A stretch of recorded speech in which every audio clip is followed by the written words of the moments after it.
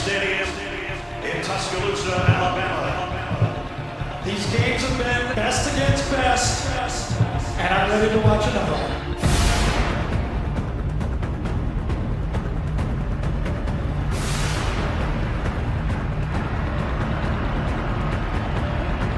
Jalen turns it upfield. Touchdown, Alabama.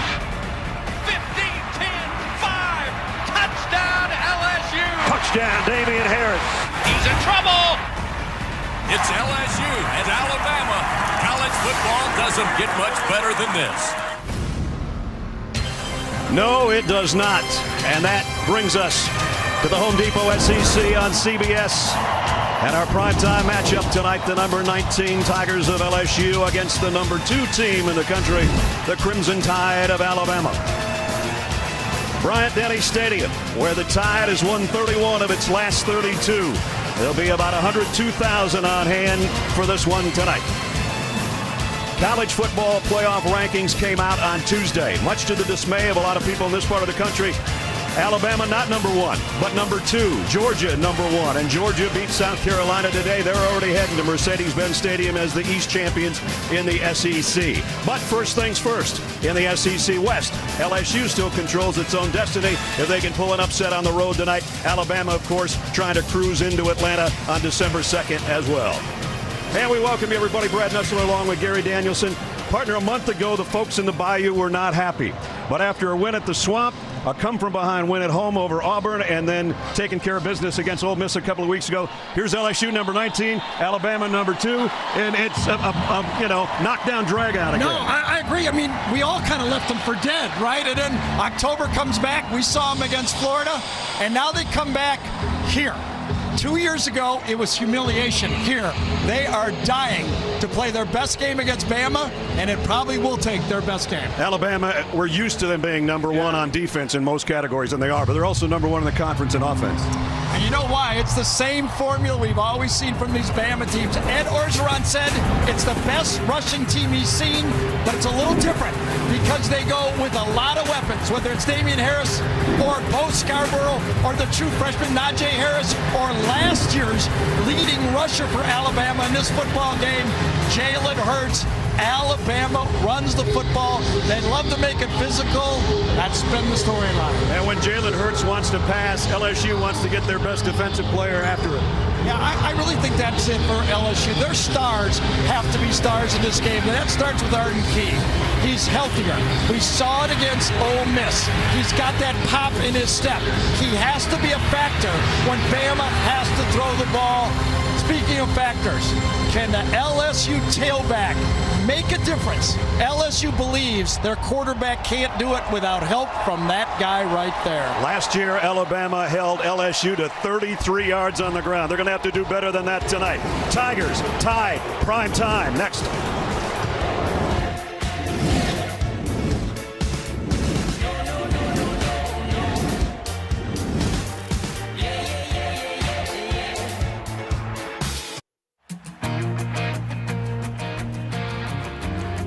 It's the Tigers and the Tide in prime time. It's another football Saturday in the SEC.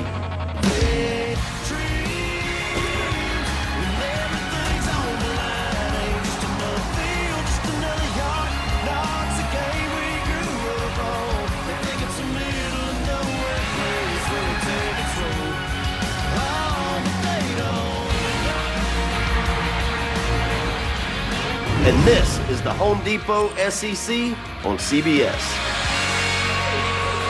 That it is, Jason. As you said, Tigers and Tide, and here come the Tigers of LSU riding a 3-game winning streak.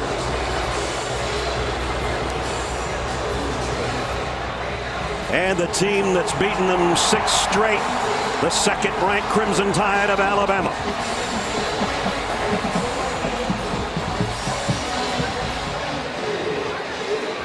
Moments ago, third member of our team, Allie LaForce with Nick Saban. Coach, LSU has a very unique style of offense. What's the biggest challenge in stopping them? Well, I think everybody being disciplined to do their job on the perimeter to get the right support. The inside players got to read the right things. You can't get influenced by all the shifting, motion, eye candy, we call it.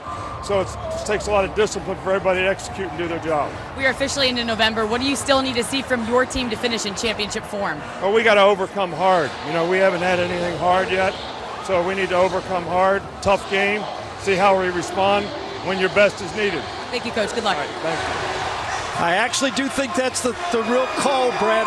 We've done these games, and there's always been a clutch play late that Alabama's made. A.J. McCarron, the screen pass.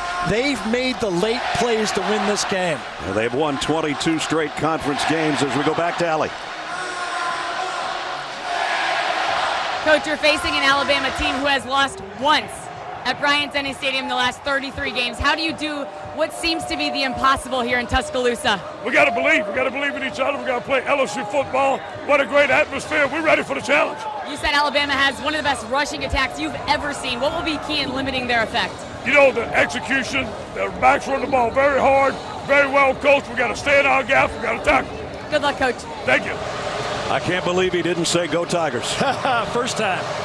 His Tigers won the toss, deferred. Alabama will receive. Cameron Gamble has got it teed up. 71 degrees, beautiful night.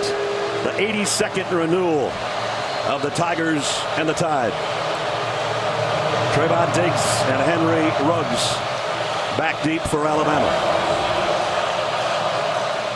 If this doesn't get your blood flowing, nothing will. Kicks returnable from the 9-yard line by Ruggs. Across the 25, out to about the 26-yard line, and that's where Alabama will go to work. So we take a look at the Chick-fil-A starting lineups, and it all starts with the sophomore quarterback Jalen Hurts, right about on his numbers as far as completion percentage from a year ago. 15 total touchdowns. Sometimes has a little inconsistency with his accuracy, but man, can he make you miss when he's a running back. Yeah, and he's a different quarterback this year because the plan of attack is allowing Jalen to throw the ball over the middle. Will they do it against this good LSU defense? That's the question. As Gary said a year ago in the fourth quarter, he put the team on his shoulders, and that's how they won 10-0. First snap from the 26, and it's Damian Harris. And Harris goes out for about 5 as we take a look at the rest of the offensive lineup for the Tide. Jonah Williams will have his hands full. He's one of the best in college football, but he'll be lined up against Arden Key a lot tonight. Alabama goes with tempo right off the bat, 2nd and 5. Hurts running out of time, and down he goes back at the 20-yard line. Devin White and Christian Lacouture in on the sack. LSU's defense, you can pick out some guys there. Corey Thompson's one of the guys that makes a big difference as far as rushing the quarterback, and is one of the guys Brian Dable, the offensive coordinator for Alabama, said, I'm as worried about him as I am Arden Key. Yeah, I thought that was a coverage sack, though. The LSU plays man-to-man and challenges you to find the right guy. They won't be wide open against man-to-man coverage. Tigers look like they're going to bring a blitz. They will. It's Thompson coming from the outside. Hurts down the middle, got his man. It's going to be short of the first down as he got it to Foster, but he's about a yard shy. And that's the difference. LSU made their run when they decided to go to man-to-man coverage. They have challenged their 3 corners. Jackson, Tolliver, and Greedy Williams. One of them's just a true freshman. The other 2 have seen 3 years of SEC football. That's exactly how LSU wanted to start, a 3 and out. And look at when you kick it to that guy. We've seen what he can do. DJ Chark has 2 punt returns for touchdowns this year, as J.K. Scott will kick it away. But J.K. Scott has not had a punt return of one of his punts this season. And he won't have one here either. Chark, whoa, almost lost it as he stumbles backward around the 10-yard line. And they're actually going to spot it at the 9. As we take a look at the Chick-fil-A starting lineup, going the other way. And it starts with their quarterback, the senior, Danny Etling, making his 19th start for the LSU Tigers after starting a lot of games at Purdue before coming in here. We've seen him do some good things the last couple of weeks, Garrett. Yes, and he's healthier this year than he was a year ago. To be honest, When we talked to Coach Orgeron, he thought he was shaky last year. The word he used all week is we have to protect Danny. The Tigers start from the 9-yard line. Shovel pass incomplete, or we have a penalty. I don't think they got a start. Start 7. Offense. 5-yard penalty. Half the distance to the goal line. First down. DJ Chark with a false start, so they're really backed up now. As you take a look at the Tigers offensively, you're going to see a lot of John David Moore and Moreau, the other tight end, shifting back and forth in Matt Canada's offense. They'll go from side to side, and usually those tight ends will lead you to where the ball's going to be, but not all the time. Wow, big time unbalanced right, and they come back. Only had one player to the right of the center. Now they have 2. Just inside the 5, Darius Geis. And a good game for Geis against the Alabama defense that only gives up 66 yards a game on the ground. Rashaan Evans, one of 2 tied players that's on the semifinal list for the Butkus Award. And we've nicknamed him Dr. Evans, right? Dr. Evans. Because he was telling us how he gives his own treatment to his groin injury. He headed up the whole process. He had one 2 years ago. He had one this year. Yes, he knows exactly what he's doing. And he's healthy, and when he's healthy, he's a difference maker. 2nd and 9. Shovel inside, goes nowhere. There's the difference maker. Yep, the doctor. And he just operated on Moreau for no gain. When you turned on, I watched the Pitt Clemson game from a year ago as you watch the shovel pass inside. The reason I did is Matt Canada upset Clemson as the offensive coordinator for Pitt a year ago, and out of the first 12 plays, they ran 3 shovel passes. I have a feeling Nick Saban watched the same game tape. And then some. Yes. LSU with a 3rd and 9 at 36% on their 3rd down conversions. Russell Gage, the motion man. Etling, here comes the heat. He got rid of it. Jump ball, and it's complete. Wow, what a throw. Stephon Sullivan. I tell you, when you're going to throw the ball against Alabama, you know you are going to get pressure. You know when you let go of it, you're going to get hit. But Danny steps into this. It was Dr. Evans again who did it. Yep. But it was delivered perfectly. And a quick snap. Swing pass out to Geis. He stood up and still standing. Gain of about 2. That last pass play, 31 yards from Etling to Stephon Sullivan.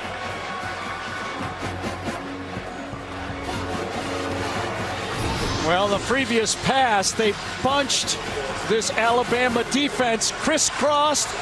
Tough to play man-to-man coverage with those 3 guys bunching and going in different directions. So LSU's gotten out of the shadow of their own goalpost out to the 44-yard line of Alabama. 2nd and 7. Again, Gage in motion. Play fake. Etling wants a home run. Long ball, man out there, and incomplete. Some incidental contact, but no flag. And Minkah Fitzpatrick, oh brother, he goes down. And he's holding his left hamstring. Probably the most important player for this Alabama football team is Minkah Fitzpatrick. He's the quarterback of the defense. He gets everybody in the proper spot. And, of course, he's got experience as corner and safety.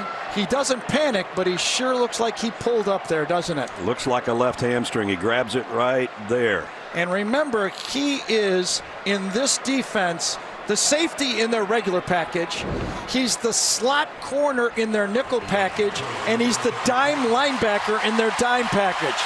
He's the whole deal. He's trying to run it off. Again, he was trying to make up ground on Chark.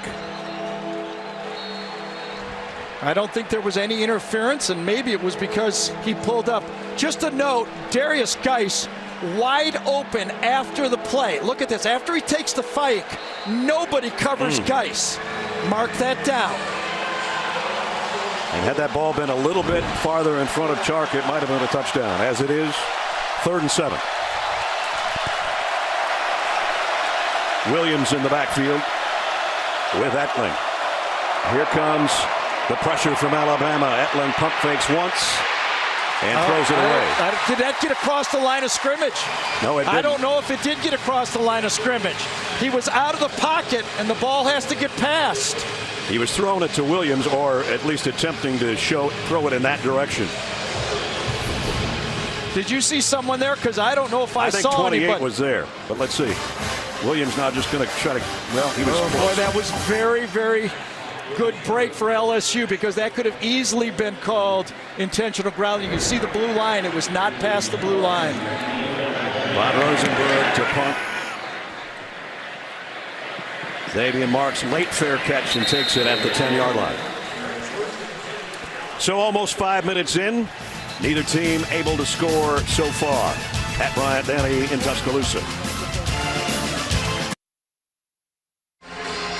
And now Do Project Smarter, presented by Home Depot. Garrett? Well, we talked about it early. A little different tweak to the passing game this year with Brian Dable, the offensive coordinator from Lane Kiffin a year ago. Of course, Jalen Hurts is a little more experienced. More passes over the middle of the field. We saw it in the Tennessee game when he just shredded him. In that game, Jalen Hurts was 8 for 19 of his attempts were over the middle. 7 of them were completions in that game. And for the season, you can see he's almost a third of his passes are in the middle of the field. I loved your question to Calvin Ridley yesterday. Yeah, I said, how do you like breaking inside? And he just kind of winked, didn't he? Yeah.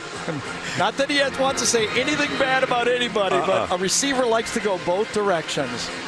So Alabama has to work from its own 10-yard line. Bo Scarborough in the backfield for the first time. Yeah, and Calvin Ridley in this offense will line up all over the field, this time near slot as an end. Bo is hit by Key immediately. Almost took the handoff from Hurts. Yeah, and how different. And this has got to be a busted assignment for this Alabama offense. How do you not block the point of attack with Arden Key? Nope. No one's going to block him. It had to either be Irv Smith or a left tackle, Jonah Williams. One of the two guys has got to take that guy. Hard to run that direction. So the guy we talked about at the beginning of the show drops him for a 5-yard loss. And Scarborough gets about 4 of that back. And we've got an update from Alec. Guys, Minkah Fitzpatrick still in the trainer's tent. He's laying face down on the trainer's table. They are working on the left hamstring. Now, when he came off the field, he did stay and watch a play before racing to the tent, if that gives you any indication of a sense of urgency. You know, it really is hard to believe that he could pull up. He was out here an hour and a half early running, and if you go to a Thursday practice, he never stops running. Doesn't even want to come off the practice Correct. field. 3rd and 11 for Hurts. Throws on the run and throws a strike to Calvin Ridley, the aforementioned wide receiver, his favorite target. Well, we talked about Jonah Williams doing the job at left tackle. He's got the matchup right here. Watch him. He pulls, not really pulls him down, but he swipes Arden Key's hands away and allows Jalen Hurts to get up in the pocket and throw that ball over the middle. Jacobs in there, now spreads out as a wide receiver. And it's Scarborough behind Hurts. First down at the 24. Straight give to Bo off the right side. Got about 3. And we've got an AT&T field pass. Here's Adam Zucker in New York. All right, Brad, it was already the highest scoring Bedlam game ever when Oklahoma's Trey Sermon goes 53 yards here, and the 5th-ranked Sooners have a 10-point lead. It is almost finally over right now in Stillwater. Oklahoma on top by 10, guys. Well, they've had some crazy games over the years, and that's just another. Do they have different rules in that conference? You might, by defense, you mean? I don't know. I don't get it. Here's Hurts. Pressure coming. Can he get away from it? He got away from one man, and now he's heading to the sideline, and he's going to get a first down. And that's what Jalen Hurts can do so well. I'll tell you, John Battle would like that one over again. He had another defender with him attacking Hurts, and he gets by 2 players here. Devin White was the other guy. The best tackler in the league. They needed to pinch Jalen Hurts there. It would have been the 3rd negative play of the game for this Alabama offense, and that's an escape that's hard to believe. And another first down for Alabama. John Battle was jumping up and down on the field, so mad at himself after that miss. Hurts, plenty of time. Gonna air it long. Man there, got him. Complete to Henry Ruggs. And for Henry, that's his first catch this year that hasn't been a touchdown. Well, he had Ruggs or Judy on this place. Judy's going to go inside. Ruggs is going to go the other way. A double post. Man-to-man coverage. Both of them were wide open. And as you say, Ruggs just ruined his streak. I think he'll take it, right? We said to Calvin Ridley yesterday, if you told Ruggs that not every catch is going to be a touchdown, he might have to get a first down. He goes, yeah, we mentioned it too. You know what's incredible is he was standing on that sideline with all those other recruits a year ago for this game. And now Scarborough goes for 10 more. The Ruggs catch was 47 yards on that previous play. And think about it. True freshman Jerry Jeudy and true freshman Henry Ruggs running that pass route in that thing. And they've gotten some playing time here because Alabama has blown a lot of people out, allowing some of the young players to get PT time. First and goal now for Bama. Inside the 8, Jalen Hurts keeps it, gets to the 4. Devin White made the stop along with Lockature. Alabama, the Verizon red zone offense for the Tide this year, 42 trips, 29 of them touchdowns. Well, in last year's game, LSU had a third quarter goal line stand where they stopped Alabama on 4th down. They could use one here. Mika Fitzpatrick back out of the tent at least. Second and goal at the 4. Toss fake to Scarborough. Hurts on the throw to the end zone. Touchdown, Irv Smith.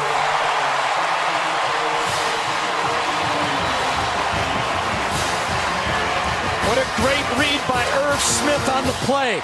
Instead of to keep running across the field, he feels the open area and settles down. He's at tight end right here. Watch him come and just kind of feel this open area and stop. Little play action pass. Comes across, feels the open spot, puts his hands up, and Jalen hands it off to him from about 10 yards away. Papanastis in for the point after.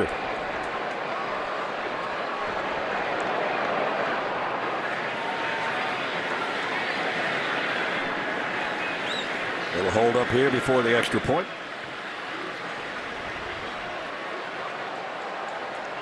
Now we're ready to go.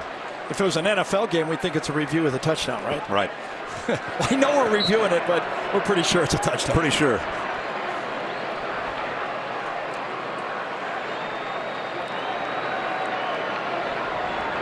.608 remaining first quarter.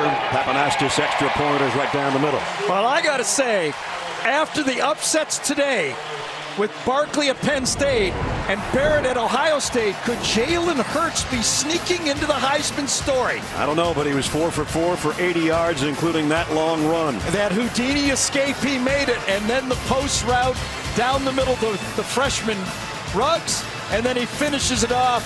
The threat of the run, which he ran just the previous play, that's enough to allow the tight end to find the spot and a touchdown. What a drive. 90 yards, 9 plays, 4 minutes, 7-0 Alabama.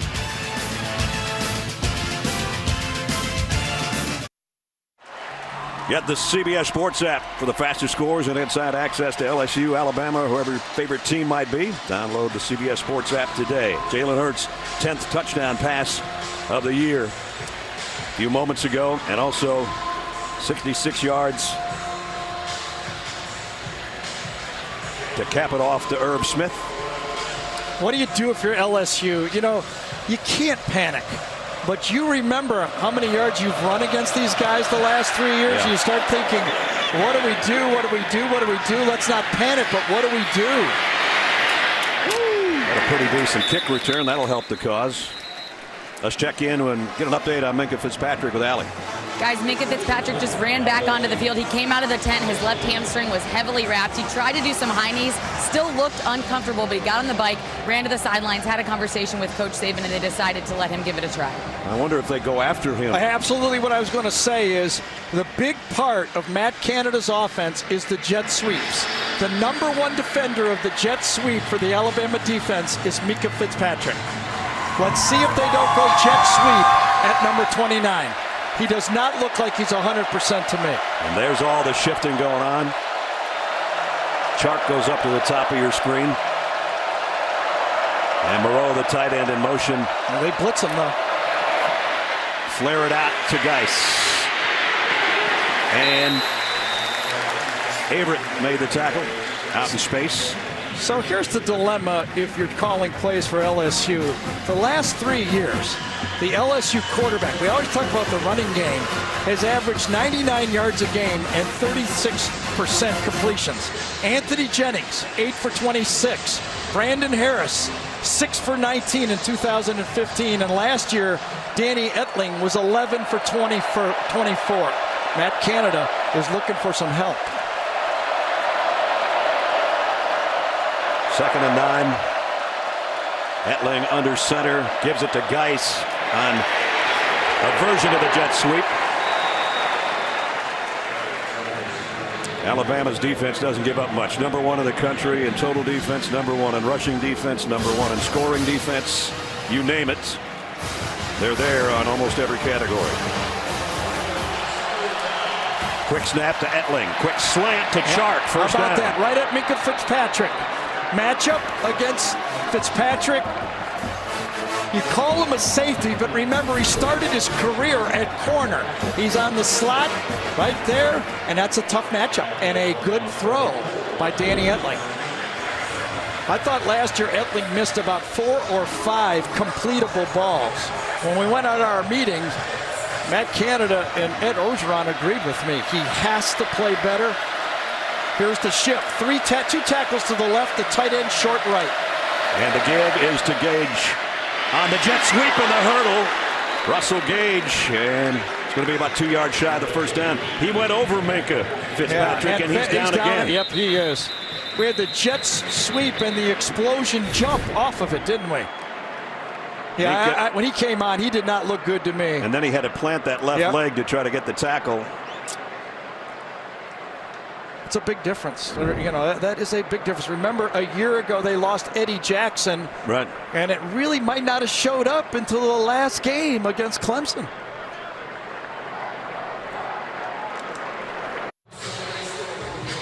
Minkah Fitzpatrick has spent more time in a tent than if he was on a camping trip so much in the first quarter here. He's going back in. And it looks like it may be his head that was rocked. See how it was bent over to his left shoulder by Russell Gage. Chin strap came off the whole thing as Gage with the hurdle. And we asked, you know, would they attack Minkah Fitzpatrick? There's been 4 plays in this drive. All 4 went at Fitzpatrick. The first one he blitzed, so it wasn't noticeable, but the other 3 were. So LSU in Alabama territory. 2nd down and a long 1. Darius Geis in motion. They're going to give it to him. Coming back to the near side. He's got a first down. It just looks different. I mean, you know, we've been watching these games since 2011. And it always was, under Les's offense, kind of a challenge Alabama's manhood. And, you know, it hasn't been all bad. There were a couple games at Baton Rouge they could have won late in the game. It was Alabama making clutch plays. But this feels a little bit more realistic the way they're trying to run the ball, that they're not challenging Alabama's manhood.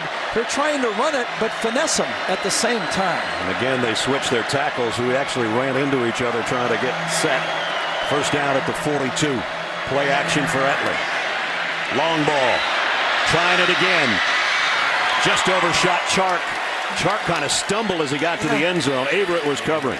I know it's tough. As a quarterback, you have to make a split-second decision on whether to throw the ball deep.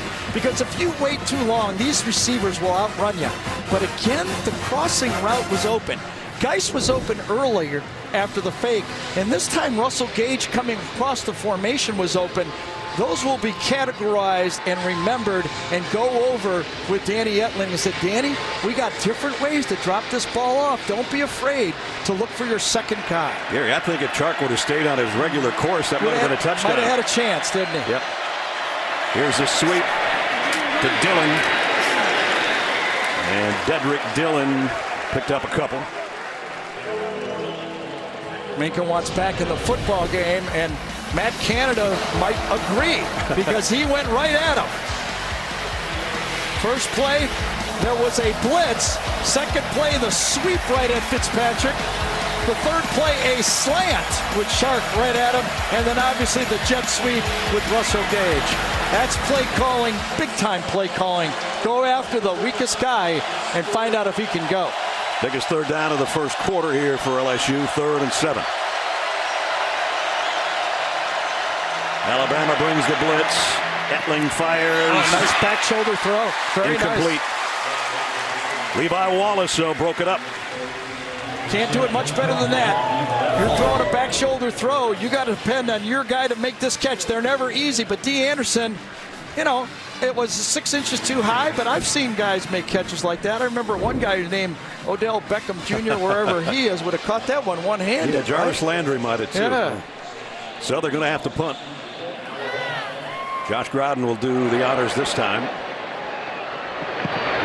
End over end. End over end, just wants to keep it around the 10, and it lands at the 9 with Marks with a fair catch. And that's a little familiar to last year's games. We'll talk about it when we come back. Field position was a story last year. Well, last time it was a 90-yard drive. Alabama would have to go 91 where they are right now. Guys, Minka's last visit to the tent was head-related, but they did clear him to play, and now he's moved up the stationary bike to behind the bench so he can still listen in on the defensive meetings. Teammates checking in on him, coaches checking in with Tony Brown, even giving him some words of inspiration, telling him, you know what, it's mind over matter. We can get through this together. Yeah, that's nice when it's your mind.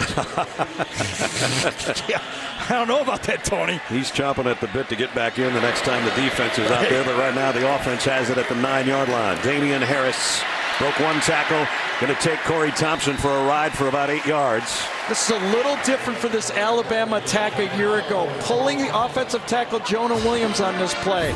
Didn't see a lot of that year ago. Watch. Left tackle pulls across the formation this time with the lead block. It's a counter play from the same side. Very clever. Jonah Williams, a 300-pounder with quick feet on that last block. And here's Harris just picking his way up to the 20-yard line for a first down. And Brett, I was talking about the field position. Last year's game, as you remember, ended up 0-0 after 3 quarters. And one of the reasons was in the first half, Alabama's field position, they averaged the 12-yard line. But listen to this, they had the ball 6 times. They started on the 14, the 32, the 12, the 1, the 9, and the 5. Wow.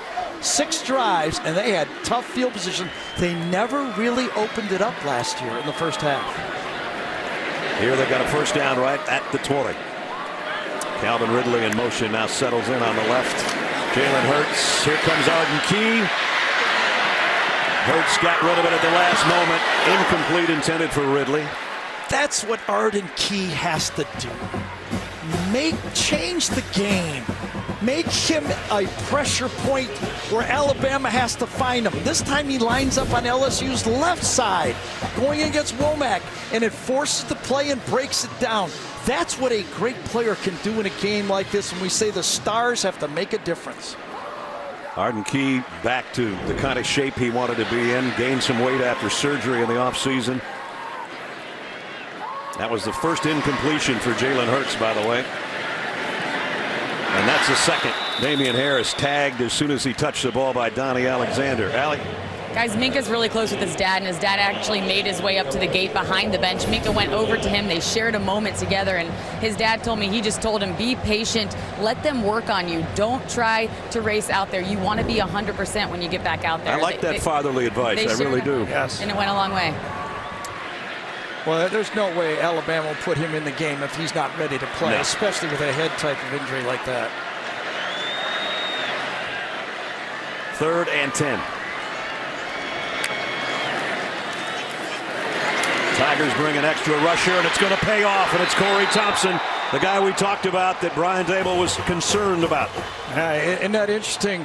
I mean, we right away talked about to Brian Dable, the offensive coordinator for Alabama. What about Arden Key? What about Arden Key? And he goes, hey, what about number 23? Yep. The 6th-year player that has gone through so much. And how about this LSU defense? You know, they have answered, and they are the ones getting the negative plays in this game so far. J.K. Scott's not a kick from his own end zone now. Let's see if he can keep it away from Chark this time with that much field in front of him. Oh, he hit it a mile in the air. And he does keep Chark from returning it because he's got to take the fair catch around the 39. Yes, that's 26 punts and the 16th fair catch against him. Great job. And now we got a little mix-up going on. The end of the play. They better be careful. Ronnie Harrison's running out there and getting in the action now. Fortunately for Alabama, he's on defense, so him running out there isn't a big deal. It's not like Marshawn Lynch running out there, right? That's a little different. Since Ronnie is on defense and plays safety, happens right in the middle of the screen here. Let's see, a little pushing and shoving in the middle. Right. A little talking, 2-on-1. Alabama. Oh, and there's Dr. Evans coming in there to make sure everybody knows what's going on. So LSU will work from the 39. Etling in the shotgun. A quick throw to the outside. Who's going to get it? It's Harrison. Yep. Ronnie Harrison with the interception. Boy, it's a matchup you gotta love. You've got your strong safety matched up. They believe Ronnie Harrison is not a great cover guy. He's playing in Minka Fitzpatrick's spot. They go right at him with Darius Geis. Not a great route by Geis. And Ronnie Harrison, the leading tackler on this Alabama team, makes the first big play for this Alabama defense. Geis was trying to fight for it, but with that somersault, it was Ronnie Harrison's ball pretty much all the way. And so the first big defensive play, he gets the championship belt for the time being. 36th straight game with a takeaway.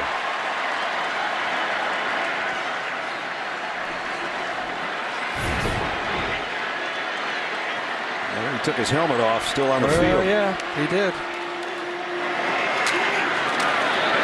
Ooh, big collision with Josh Jacobs. And every time you do that, you put it at risk. You know, sometimes you don't get seen.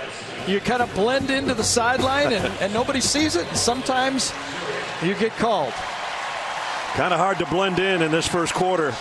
There's some hitting going on in Tuscaloosa. End of one. Alabama, 7-0 lead over the Tigers of LSU. We'll return to Tuscaloosa after this message and a word from your local station.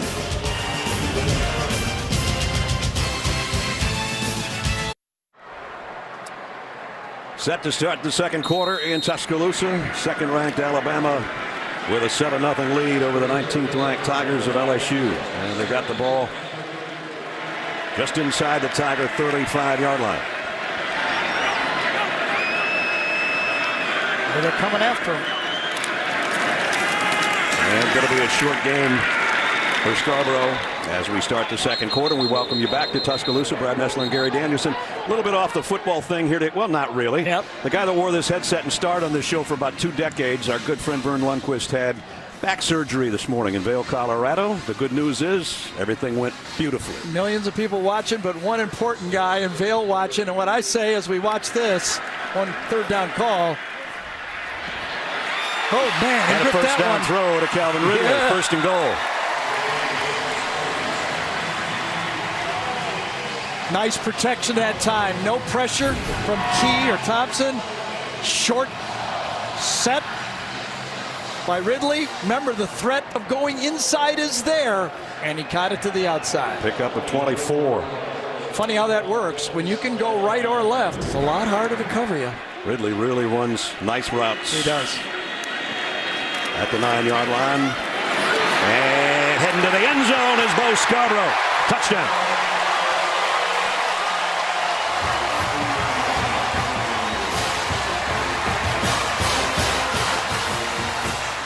Big Bo for the 7th time finds the end zone on the ground. Now, we do a lot of talking all the time about Jonah Williams, but on the right side of that line, Lester Cotton and Matt Womack are really coming on. They might be the 2 most powerful offensive linemen they have at the point of attack. They don't pull them a lot, but boy, that looked nice going right on that play.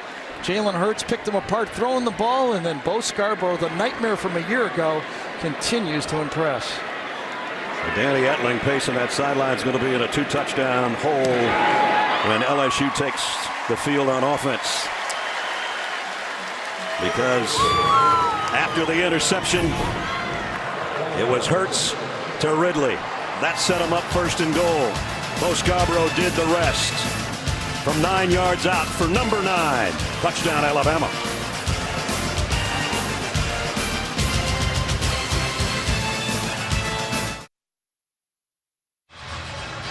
"37-yard drive, 4 plays, less than a minute, 14-0 Alabama." I want to finish that thought. We talked to Vern Lundquist yesterday, the whole crew, and we talked to Nancy, his wife, today. Everything went beautifully in his operation. The last thing he said to me with a voicemail last night, he said, "We've been with you every step of the way. Have a great call."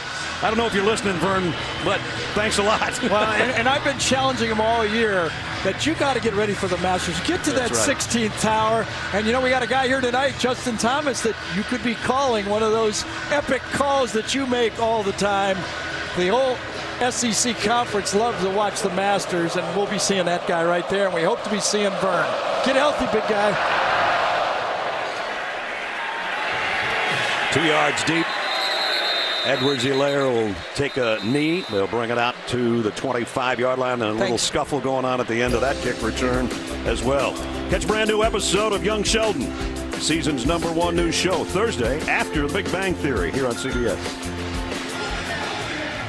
You know, ironically, about the Minkah Fitzpatrick story, to just stay one more time with it, he told us Friday that the reason he came to Alabama was in 2013 when he was a junior. He came to this game and watched it, and he goes, "I got to be a part of this game right here." He was still thinking about, Notre Dame at that time, and probably 50 other schools. And there's a whole bunch of recruits here tonight, too, that are maybe the future Minkah Fitzpatricks for Alabama.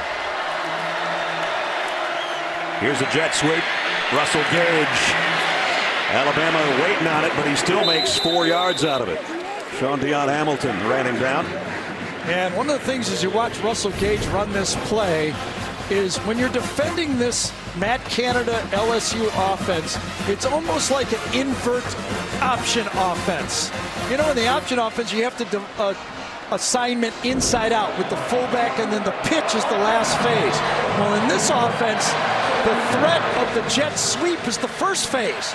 If that's there, they're going to give the ball. Then everything flows off of that. So even if it's not working, you have to continue to run the jet sweep. Again, they do the tackle over to the right side. Gage with the jet sweep. They'll try going the other way. Starts, and goes down at the line of scrimmage. Might have gotten a yard out of it.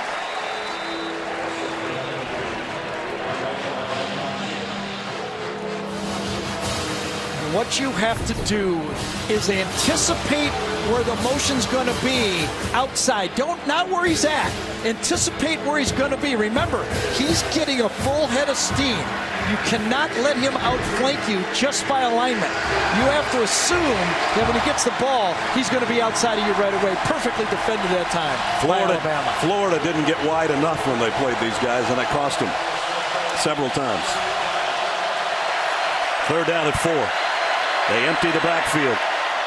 Etling throws complete, and it's 1st down, Stephon Sullivan. Yeah, and that's what they need. If they could keep the ball a little bit, make some 1st downs. Again, watching the tape from a year ago, Danny had about 2 or 3 of those a year ago in a tight football game that he missed. That's the one. Just pitch and catch, just move the chains, keep your defense on the sideline. Like you said, a year ago, he only had 92 yards throwing it. No touchdowns and 1 interception. He's off to a much better start tonight. Has his team at the 44-yard line.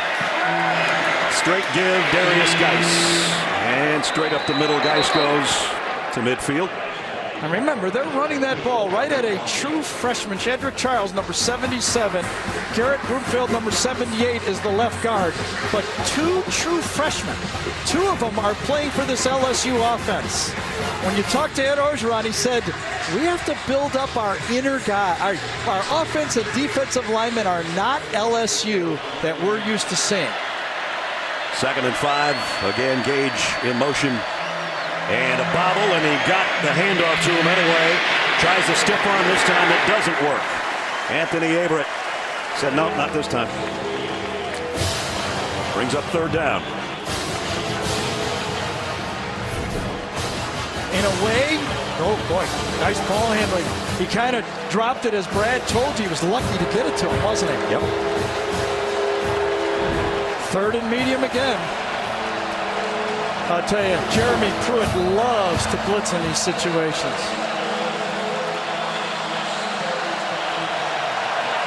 And he's going to talk it over with his defense. We've got a timeout.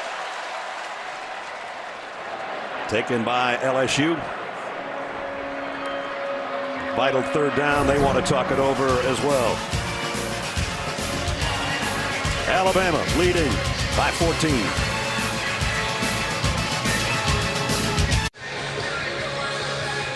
Wednesday on CBS in the fight against terror. The Navy SEALs are our best defense. Don't miss David Boreanaz in a new drama. SEAL Team Wednesday, 9, 8 Central, after Survivor.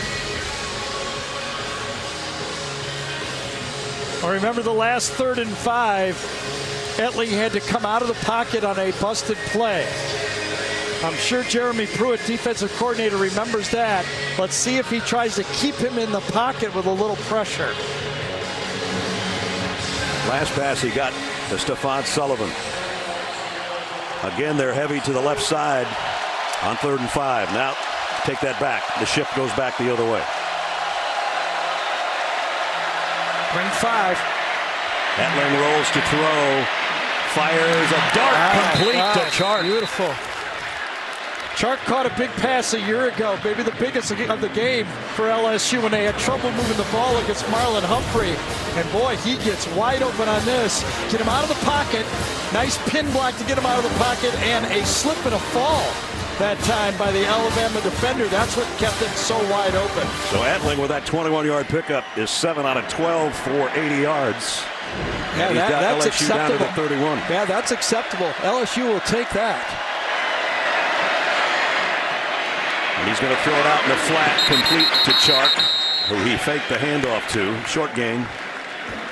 You know, Brad, one of the things that when you watch the Ole Miss game, the LSU pass receivers, even though they gained 600 yards, the wide receivers did not catch a pass.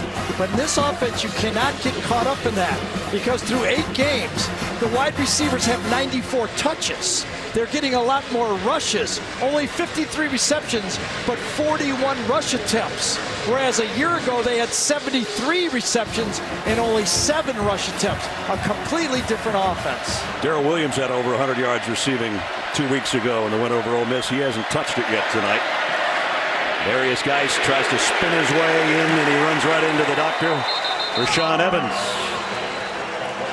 Darius Geis, who had 276 yards a couple of weeks ago in the win over Ole Miss, became the first SEC player to have over 250 3 times. That's pretty strong, including a career-high 285 against A&M last year. Yeah, and his season was really spoiled a little bit by an injury early in the year. He's just coming on. His knee is just now getting healthy to play the way the Tiger fans were hoping we'd see from him this year.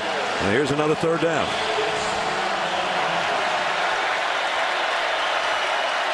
Need to get to the 20. Etling fires on the sideline. Chark made the catch. Wow.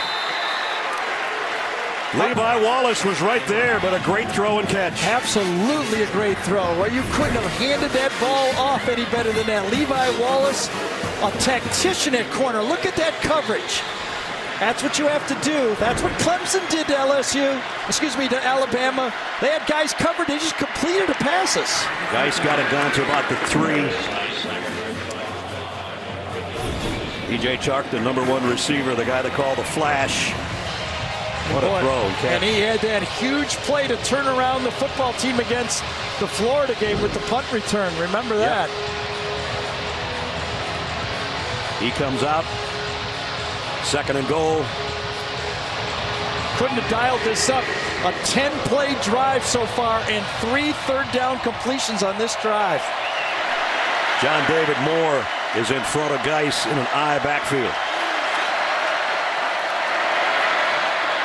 Throw to the corner.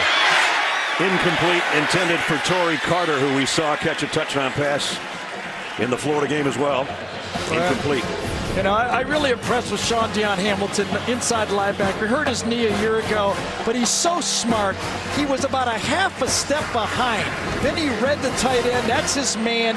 He goes for it full speed and makes the defended play. He's the other Alabama player that's a semifinalist for the Butkus Award.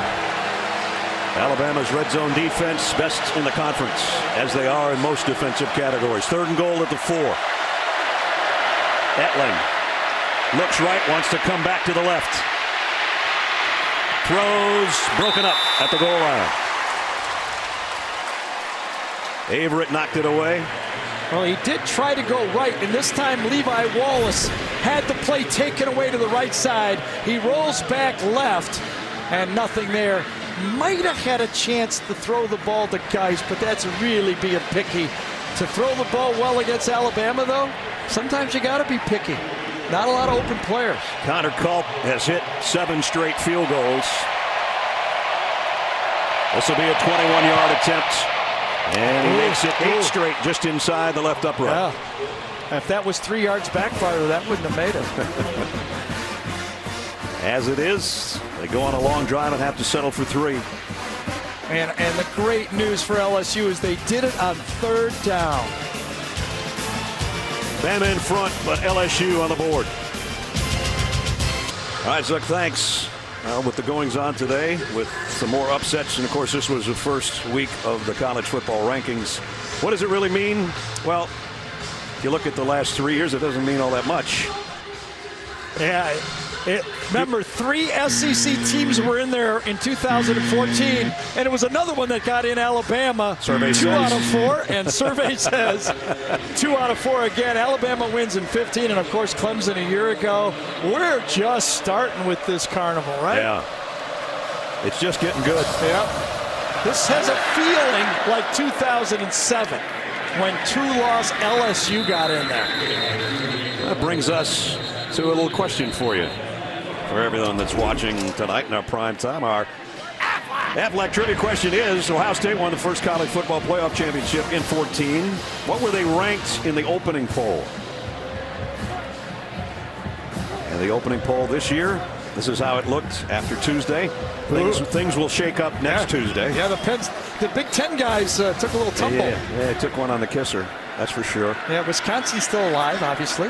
They had kind of a slow start before they got rolling today. Here's Jalen Hurts with his first design quarterback run. Almost got face masked and got back to the line of scrimmage. That's about it. Arden Key right there with him. Yeah, remember he ran for over 130 yards. He's actually leads the team for rush attempts for Alabama, even though he's not running as much as he did before. But Arden Key is a difference maker. The LSU Tiger fans know when they've got number 49 playing his good football, they got one side of the field they feel pretty good about. Now Jalen's with an empty backfield on 2nd and 10. Going long right sideline over the outstretched arms of Henry Ruggs. Incomplete. How about Greedy Williams that time? The true freshman defensive back, number 29, never panicked. Greedy Williams, number 2 in the conference in interceptions and passes defended, including that one right there. Yeah, and he's going up gets another true freshman. They probably played 7-on-7 against each other last summer, right? So 3rd down and long for Alabama. This would be a great stop for LSU.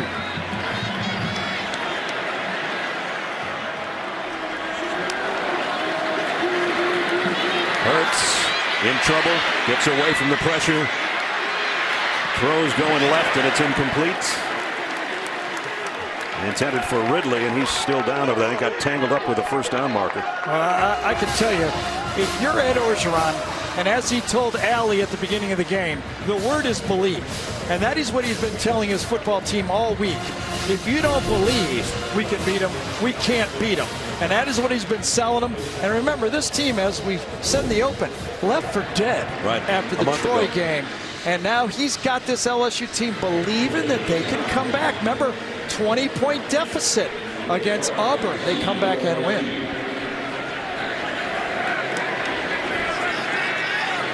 J.K. Scott's done a marvelous job of keeping Chark out of the return game. Hits it way up in the air again. Almost not fair. Chark's going to field this one, though, at the 20. And he got by the first way. DJ Chark's done this twice this year. Yeah. Got a flag, though.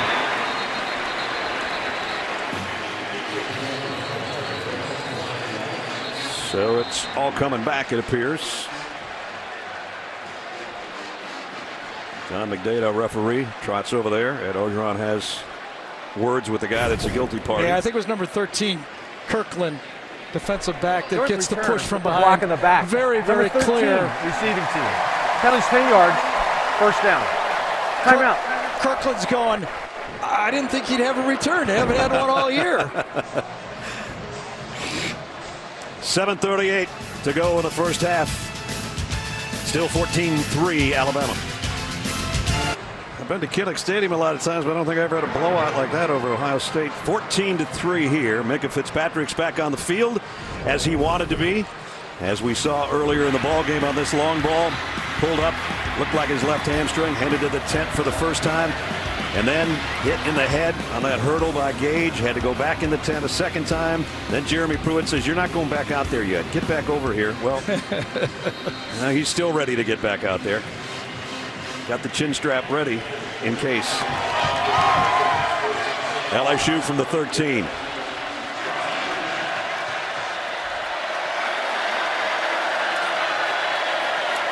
Here's a jet sweep again to Derek Dillon. Alabama waiting on that one. Down he goes for a loss. And it's Hootie Jones. The jet sweep is the responsibility of the safeties. The safety has to get wide. He has to anticipate the speed. If he comes too shallow, he'll never get there. Hootie Jones playing in Minka's spot makes the play. He timed that beautifully and hustled in there for a loss of a couple. Just to let you know, though, remember that jet sweep is like the fullback in the option. You cannot go away from it or the rest of the offense won't work. Again, the major shift to the right. Chark comes out to the left. Derek Dillon the other way, and it's Darrell Williams. And Williams got free. We mentioned he had a big game a couple of weeks ago, and he's got a first down run. And that's what I'm talking about. You must get this Alabama defense thinking. And I call it a little bit, this is what I call this offense. The dash and the smash with a little whiplash as you're turning back and forth. Okay? Because you're going back and forth with your head looking at those guys. But if you don't go dash wide, you can't go smash inside. Look at the numbers. How about that? Well, this is, compared to the nightmare they had here 2 years ago, this is rolling out an offense. Here's Williams again. And another good run. Got about 5. Quinnell Williams made the tackle. We asked you earlier, Aflac trivia question. And it was Ohio State winning the first college football playoff in 14. What were they ranked in the opening poll? Started at 16th. So you don't have to be in that top 4. You just have to win at the right time against some really good competition. Well, Alabama fan remembers that, don't they? Yeah, they do. That Zeke Elliott game.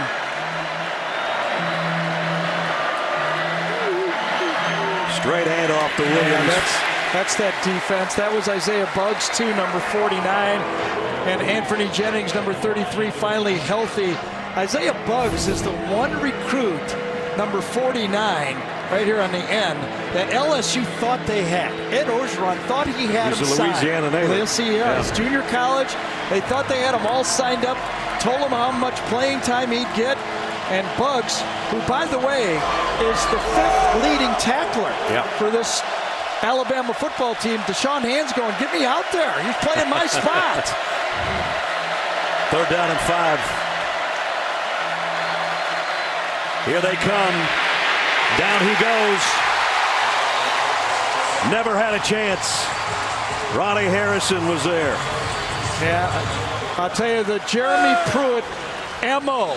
Remember, he does not have Ryan Anderson or Tim Williams, his 2 outstanding pass rushers. But now, because he doesn't have those guys off the edge, he starts bringing those in that position. He's playing linebacker because they're in a dime defense. So Ronnie Harrison makes his 2nd big play of the game. Zach Von Rosenberg to punt just outside his own 10. Whoa, and they came after it. Got the kick away. Marks will field it at the 25 and go down immediately. Great coverage by Gage on the special teams. It is, but the Alabama's fans are going, hey, he caught it. We'll take it. Right? That's exactly right. They've had about 5 of those fumbled punt returns. They're just, we'll take it right there. That's good. Coming up in a little over 4 minutes, Geico halftime report. Adam Zucker, BJ, and Les Miles. We'll have scores and highlights from previous games. Talk about this one. I know Les took LSU to win this, as of course he would.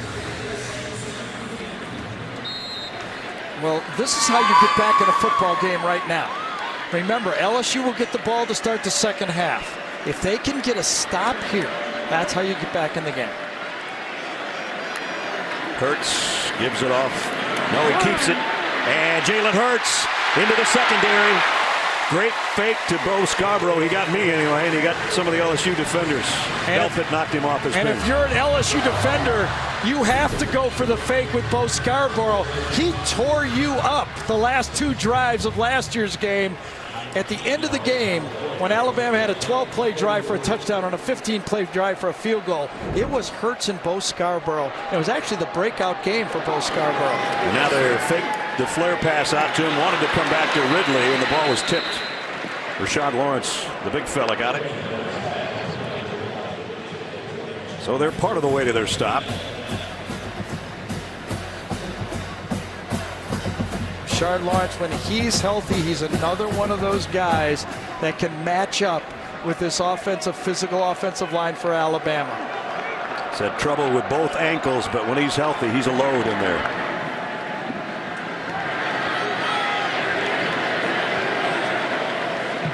Second down and 10 from the 43.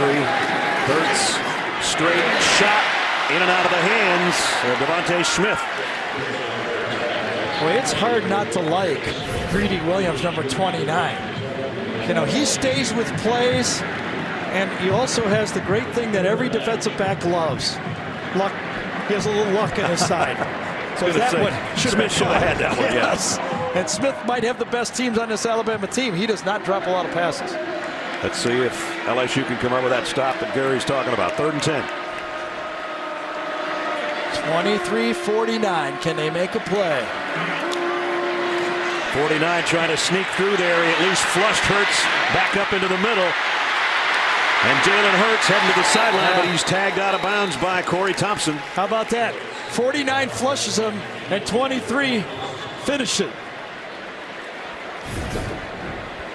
There's Key coming up the middle, and when Hurts takes off, it's 23 that tracks him all the way across the field. Totally. He was lined up on the left side.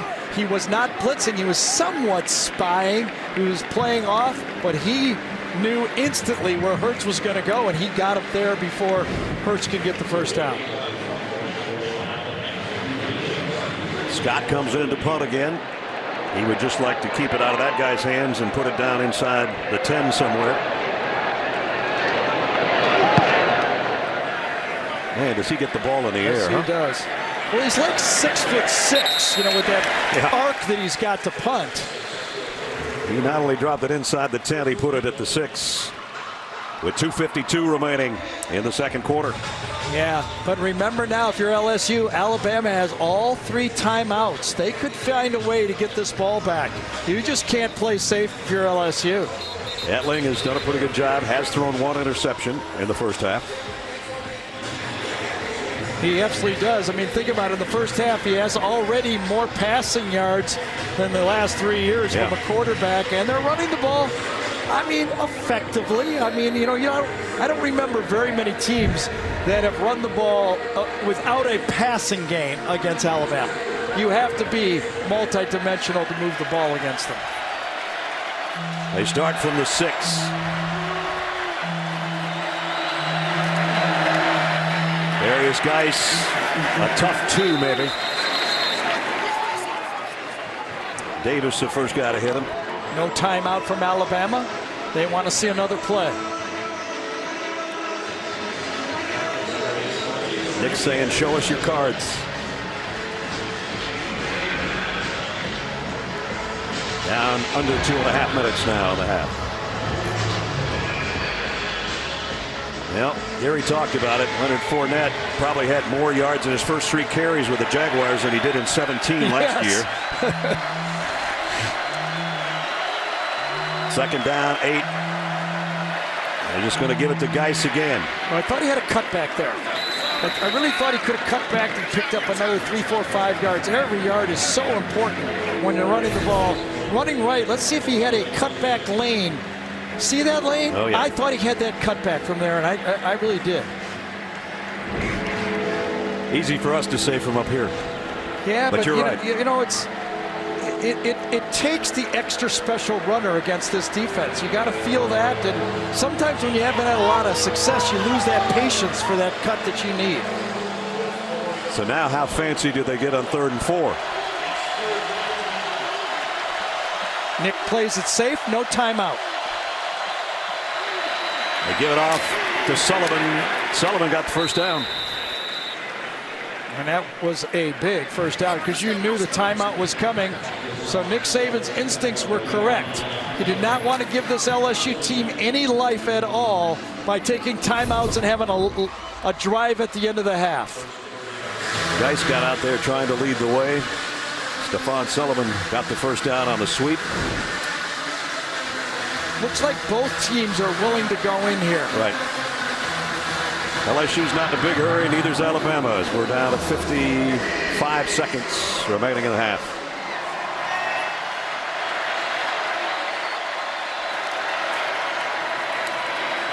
Geis bounces it outside this time. Got about 6. This is basically now garbage yards because I think both teams, listen, LSU doesn't want to make a critical mistake to end the half, and Alabama, if they'd have got a stop, they'd have called timeout, but they don't want to give this LSU offense any life going into halftime. We're down to what we expect to be the last play.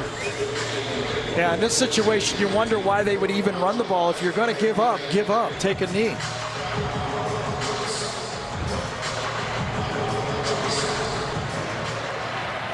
Etling will be under center. Gives it off. Well, Geis got another first down, but that ends the first half. Levi Wallace made the final stop of the second quarter. Well, I thought they needed 2 stars. Arden Key came through for LSU, and I think Danny Etling might have played his best half of football as an LSU football player. That we've seen him for sure. Yeah, absolutely. So they head to the locker room, trailing, but very much in the thick of the football game. Alabama, having won 31 of their last 32 here at the stadium, had the lead at halftime, and Nick is with Alec. Coach, you said your team hasn't had to handle a lot of adversity this season. Now you have it. How do you expect them to respond? Well, we'll see. You know, we can't get off the field on 3rd down very well on defense, which really hurt us in a couple drives. And, you know, we're not running the ball with any consistency, and we're getting in a lot of long yardage situations on 3rd down. So it's not the way you need to play winning football, so we got to get things cleaned up for the second half. Speaking of adversity, how severe is Minka's injury, and how can your defense compensate for it? Well, you know, we're going to have to evaluate that at halftime. We tried to play him just in dime there and on the goal line where we know he's not going to have to run deep, but we'll see what happens. Thank you, Coach. All right, thanks. Well, even without Minka, they hold LSU to just a field goal in the first half. 14-3 here. A lot of other action going on around the country earlier today and yet to come. And Adam Zucker and the guys in New York have got it all for you in the Geico Halftime Report. Zuck. All right, Ness, thanks a lot. A crazy.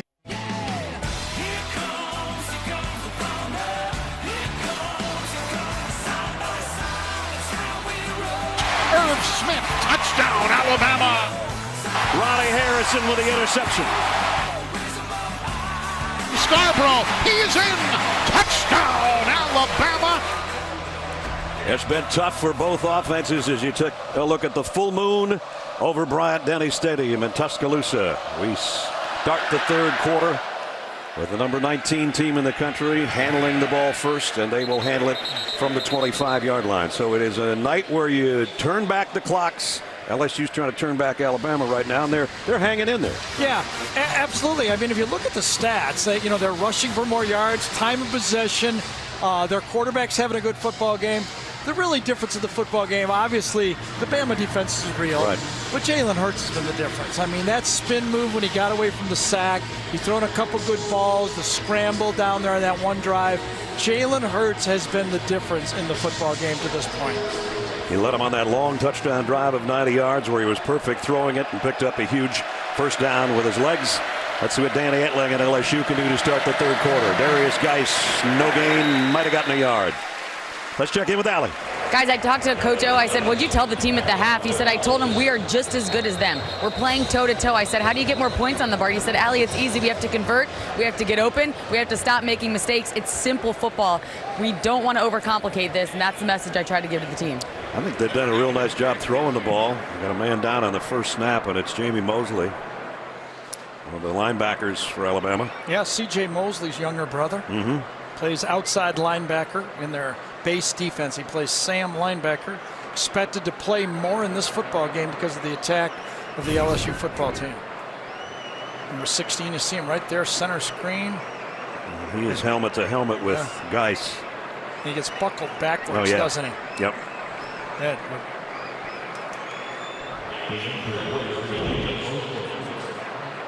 6'5", 248-pounder. And yeah, I think it's left knee or got bent backwards. It looked like. He is really long-legged when you watch him out in practice. Like, whoa. He's got the height of a defensive end. So let's see who they put in there. Whether it's Mac Wilson or they're going to go nickel. So he comes out. We'll check on him, or Allie will. Center official holding up play here. It's going to be 2nd down and 10 once everybody. Mostly isn't off the field yet. Now he backs out. And Etling in the gun. Brings Gage across the field one way and back the other. And then gives it off to Darius Geis straight up the middle. And he got close to the 1st down, and now he's going to be run backwards by Rashawn Evans and Harrison. Well, remember when we did the Florida game, Darius Geis really started to come on late 3rd quarter, 4th quarter. Started getting lathered up a little bit. Yes, now could they get a burst from him? I mean, it's never easy against Alabama running the ball, but the LSU team has thrown for just enough to keep that defense honest. Joshua McMillan comes in now to take Jamie Mosley's spot at linebacker on a 3rd down and a yard. Geis, 1st down and a few more. Take a look at the 1st half trends. Well, as we mentioned, Jalen Hurts, it wasn't unbelievable stats, but big plays within it. The number of yards. This has been so different from the, I want to say, humiliation they had here 2 years ago when they couldn't move the ball at all. And, of course, the other big story, Minkah Fitzpatrick being injured in the football game. That guy so far is the man of the hour, Jalen Hurts. A long way to go. Just getting underway here in the 3rd quarter. You have to be in shape to play tackle in the Matt Cameron offense, shifting back and forth. Here's Gage.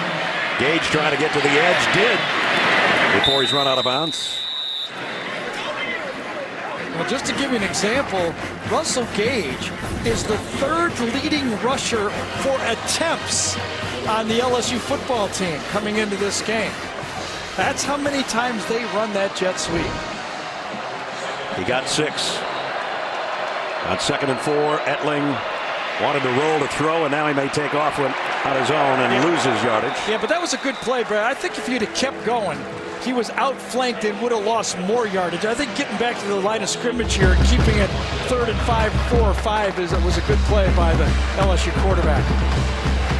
It is going to be right at 3rd and 5. The jet sweeps, the first 8 games this year, has gotten them a lot. Leading Power 5 conferences in that capacity. And it's a little different jet sweep than a lot of people use from the shotgun where they toss the ball forward. It all sets up the off-tackle play. Blitz coming off the corner, timed perfectly. Etling got a little rattled, and down he goes. Yeah, you're right. It was Tony Brown coming off the slot who timed it, as Brad told you, perfectly. It kind of really, the blitz, Danny Etling sees it and gets out of it. A good defensive call by Jeremy Pruitt, defensive coordinator. As I said, he's much more aggressive with those blitzes without those 2 great edge rushers from a year ago. Von Rosenberg, you look behind him, the left footer to punt. Xavier Marks camps under this one at about the 18 and maybe squirted out to the 21 or 2. Russell Gage on the special teams, do a little bit of everything. So Alabama's going to have it for the first time on offense when we come back after this.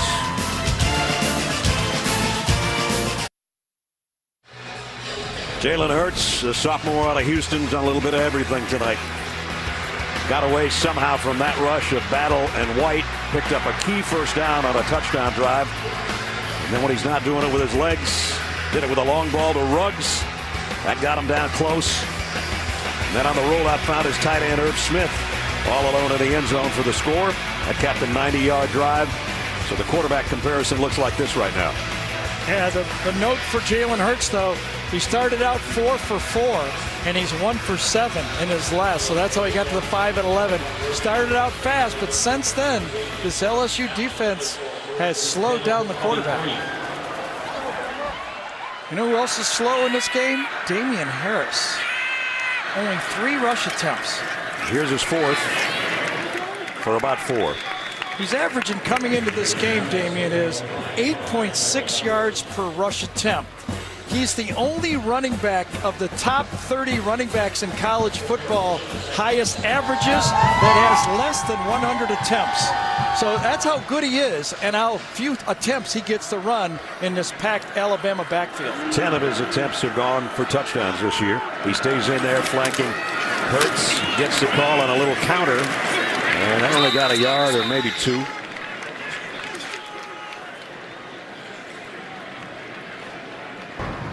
Talking about some of the great backs in college football. Damian compared with Saquon Barkley. A lot of people think might be the front runner for the Heisman. Bryce Love, who was back in today. I don't know how he did against Washington State. I think Bryce Love had another 50-yard touchdown. But give you another example. Bryce Love carries the ball 60% of the time for Stanford. Barkley 50%. Damian Harris only 22%. Hurts. Deep straight down the sideline, overshot Henches his tight end. And that's tough. When you throw the deep ball to a tight end, as a quarterback, your eyes think wide receiver. And the tight end just can't eat up those yards. And, 9 times out of 10, you're overthrowing that type of pass. And as you would say, you got to keep it in the field of play anyway, and that one was out of bounds. So it's 4th down. Boy, this LSU defense keeping the team in. Now, what does the offense do? I mean, we've been talking about this LSU offense being patient. When are they going to go deep again? Shark has been very effective. Remember the slant early in the game? I think they might have to look for Shark again.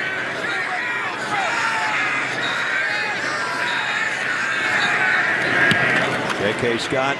Same looking punt, isn't it? Up in the full moon, and fair caught back at the 20. So Chark takes it there. Scott did his job again. And 5 minutes into the 3rd quarter, no change in the score. Tough game between LSU and Alabama here in Tuscaloosa.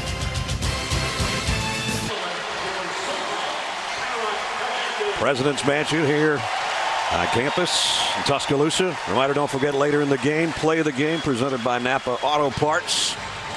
And I've got a feeling we haven't seen that play of the game yet, because we've still got a lot left. Josh McMillan, number 40, is in for Jamie Mosley at the strong safety spot. Probably another 4 or 5 star, right? I was going to say sophomore out of Memphis, and probably could play for anybody else. Darrell Williams in the LSU backfield. That's Gage in motion one way and back the other. Play action. Etling wants to go deep, right sideline. Chark's out there just over his fingertips. Well, Matt Canada was thinking like I was, wasn't he? Yep. Took a shot. One-on-one coverage. Levi Wallace again. Decent coverage. Shark's the fastest receiver. Little hand fight going on. Would have had to have been a perfect throw. You're going to be able to get away with that. They're going to let them do that type of hand fighting. So there's the next 6 possessions. Punt, the interception by Harrison, a field goal, their only points. Punt, halftime punt. This is a wildcat. Etling's at wide receiver way out here. And Williams keeps it. Ooh, did he run into Evans? And he actually got the better of that, I guess. At least he got a couple more yards at the end of it. And what happens is with the new rule, the offensive linemen are allowed to come from behind and push on the play after it gets stopped. Gets stopped, then watch from behind on the play. It was it Sean Dion Hamilton? That's down on the play. It is.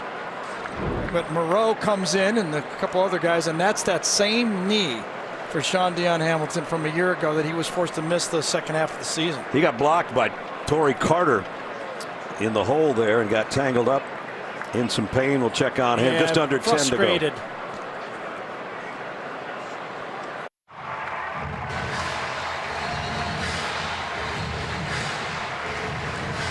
Just named to the Butkus semifinalist list, and that's the face of a young man who knows that his night is over. Sean Dion Hamilton. Right there, coming across the formation, you get the block from Tony Carter. It buckles Sean Dion Hamilton's right knee, the knee he injured a year ago. And believe me, I've been through these type of injuries. I broke my ankle. You spend a whole offseason repping it to come back and play, and then you know you get injured the same knee like Sean Dion Hamilton. There's nothing more frustrating as an athlete to have that happen. Etling out in the flat to Williams, trying to make a couple guys miss and can't. Alabama swarms defensively. Keith Holcomb, who just came in for Sean Dion Hamilton, got over there to help make the stop. You want to watch how to play defense? Watch this Alabama defense triangulate the defender. 3 players. Now what are you going to do? 3 defenders right there. Tony Brown, Sean Evans, and Levi Wallace nowhere to go. You have to be more aggressive against this defense. Now Evans is limping off a little bit. Here's the punt. Fair catch taken by Marks.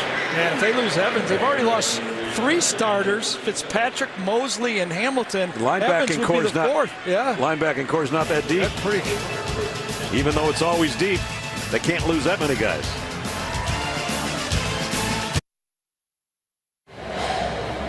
Welcome back to Tuscaloosa, where the Tide lead 14-3. A few injury updates for you. It's been a tough quarter for Alabama. Jamie Mosley just came out of the tent. He's dealing with a right ankle injury. They retaped the ankle. They're going to try to let him go. Also, Rashawn Evans went down on the field. They were able to retape his right ankle as well while he was still on the field. He's cleared to play. And Sean Dion Hamilton, we saw leave the field. He went immediately into the locker room with a right knee injury. When I know more about his knee, I'll let you know. Gary, Brad. Now that same knee, as Gary said, of a year ago, and you see the disappointment out of his face as he heads to the locker room. Thanks, Sally. Boy, that's a bad 6 minutes right now. Yeah, it's one thing getting hurt. You know, more to your point, all at the linebacker position too. 2 injuries right there. But when you hurt your same spot from a year ago, that's when you get frustrated. I could see it all over his face. Bo Scarborough behind Hurts. They fake it to him. Jalen's in trouble, and down he goes, and it's Key and White. The 2 guys we talked about. I tell you talk about a pincher series. He's coming around the corner, and they meet at the quarterback here. Just boom. White comes inside. Arden Key comes from the outside. Devin White is a great delayed blitzer. Number 40. Watch him, leading tackler in the SEC. He reads the run, and if he doesn't get it, he can hit it fast. 21 career sacks and 13 a year ago. Here's Hurts going deep. And almost a one-handed catch by Jerry Jeudy. Greedy Williams was right there with him, though, stride for stride. I tell you, if I'm LSU, I am not frustrated at all looking at this kind of prayer of a pass going deep this time. Good coverage again, freshman against freshman. I mean, Alabama's had 1 drive. Right, 190-yard drive. Yep. Jalen Hurts, as Brad talked about, got out of there. The other one was off his interception with Harrison. They've had really, 1 touchdown on an interception and 1 drive. This LSU defense, and Arden Key, I have to say, has been the difference in this football game. They cannot block him off the edge. He looks like the guy from a year ago, that's for sure. Hurts again, throwing. This one's complete. First down. No, it's not. It's short. It was 3rd and 20. Oh, that's right. So, that was exactly the way they wanted to defend that play, is let it happen in front of them. And you know who else is quiet in this game, Brad? Calvin Ridley. Right. 2 catches. And that was early. Yes. Alabama's fourth 3 and out tonight. They're not used to that. Nope. Negative plays. They probably had as many negative plays in this game against LSU that they can remember in a long time. At least this season, that's for sure. They look behind J.K. Scott.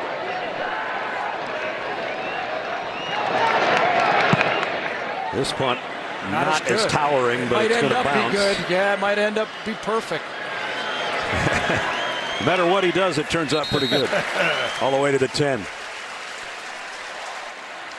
LSU at their own 10-yard line after we tell you that confident on the field and in the classroom are scholar athletes today presented by Quicken Loans. Rashard Lawrence, sports administration major for LSU, and Jalen Hurts, quarterback, public relations on the SEC academic honor roll. Quicken Loans commitment to the investment of our future shown today by donating $1,000 to LSU and Alabama's general scholarship fund. As you see Jalen sitting with offensive coordinator Brian Dable. And they haven't done much on offense, as Gary said. One long drive, one short field drive for their 2 touchdowns.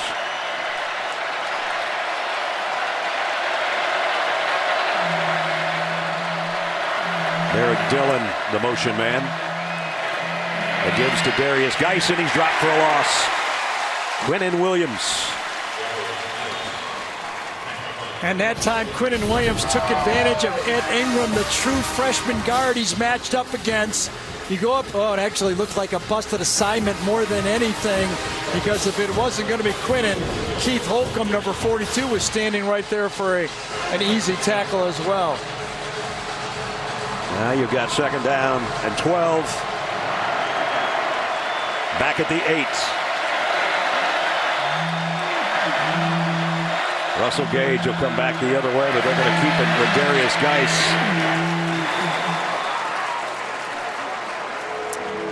We told you earlier coming into the game, as you take a look at the SEC West standings, LSU controls its destiny if they can pull an upset tonight and keep on rolling. Alabama trying to go to 9-0, keeping pace with Georgia, the team that's already in as the East champ, to Mercedes-Benz Stadium on December 2nd.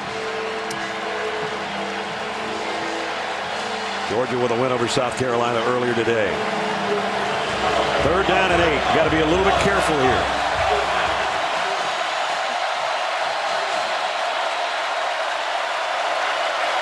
Well, Alabama looks confused. They are looking all over at each other. They give it to Gage on the jet sweep. He's not going to get the first down, though. Well, there was, see, without their regular guys out there, they have problems. Now, Mika Fitzpatrick is playing in the dime situation this time and giving the signals. But if you look around, people are looking at everybody here, trying to figure out what the coverage is and what they're doing. They get away with it, but that time there was a bit of a confusion from that dime package defense. Ronnie Harrison is the guy that had an interception earlier that prevented a first down there. So it's Von Rosenberg to punt. Offsides here would be a first down. Gotta be high careful. Snap. Fair catch taken and tripped up. And we're going to get a flag or not. Are they going to put it away? They're going to wave it off, I think. What they're saying is he was pushed into the returner that time. Marks is going to catch it. Fair catch it. The kicker, the contact, the receiver was pushed by another receiver. It's Donnie Alexander that rolled into him. He tripped, actually. Yeah, but actually he was pushed by his own guy. I think White actually pushed him on the play. That probably should have been called. Thanks a lot, Devin. Yeah, see, the official just sees someone being pushed. He didn't see who pushed him. It was Devin White that pushed him on the play. Oh, man. Got away with one there. Alabama got away with a helmet off early, though. Jalen Hurts. No, it's Hurts with the run all the way to the 41. Yeah, remember late in the game a year ago, the last 2 drive, that's when Jalen Hurts took over carrying the ball. Wow, look at that hole. Yeah, that is called a hole. That's a canyon. That's a canyon. First down at the 41. 15-yard run by Jalen Hurts. And Dave Aranda said our game plan is to stop Hurts running the ball. But what they've done a nice job is stopping everybody. Damian Harris might have gotten 3 out of that. Donnie Alexander helped on the stop. Previous run, when you play quarterback the way he plays quarterback, he looks for guys to hit. Second down and 8. Pressure from behind. He got rid of the pass, and it's right on to Calvin Ridley, who got a block. Ridley inside the 10. He wanted to score so bad. And we got a penalty coming back, though. At least Arden Key thinks so. Key feels he was held on the play. Holding. 71 offense. 10-yard penalty. Second down. Piercebaker with a holding call. Wow. Negates a big play. Piercebaker's right here. Let's see what happens on the play.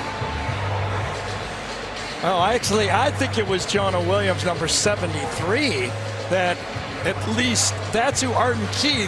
That one could have been called. Piercebaker gets it, but it could have been called on Williams.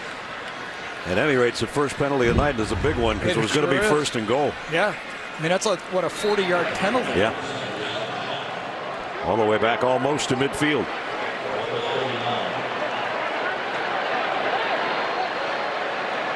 From the 49, second and 18. Blitz coming off the corner. Hurts straight down the middle. Throws a strike to Foster. So they get some of it back. Yeah, now if I'm an LSU defensive back, I'm understanding that my pass rush is giving them problems. Now, do you sit on a couple of plays?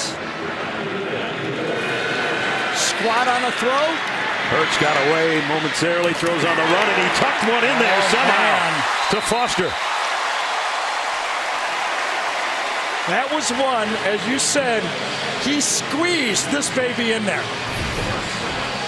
Rolls out and throws one that is in between 4 LSU defenders. It's actually Cam Sims.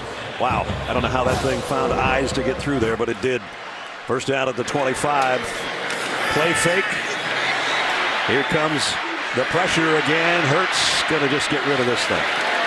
And Calvin Ridley is going to be frustrated on this one because he turned his defender completely around on the play.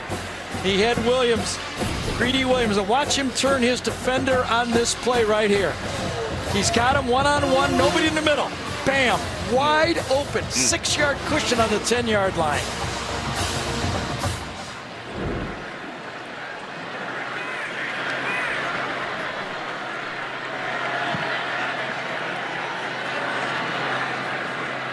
Hurts taking his time with Harris with him in the backfield. Same play. Down the middle. Play. Calvin Ridley. He's got it first and goal this time. I guess Brian Dable saw what I drew up, right? Same play. This much space. Look how much space he has on Calvin right here. Easy play, easy pitch and catch. 21 yards to the 3. And now it's Hurts. Touchdown, Alabama.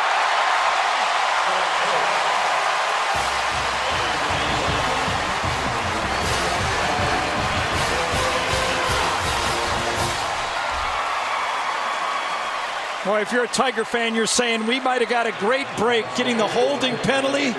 And after that, they pick it up. The pass in traffic was the big play that kept it going.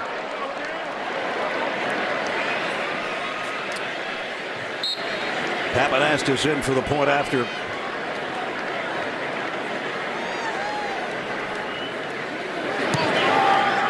Up and good. And courtesy of number 2, they tack on another touchdown.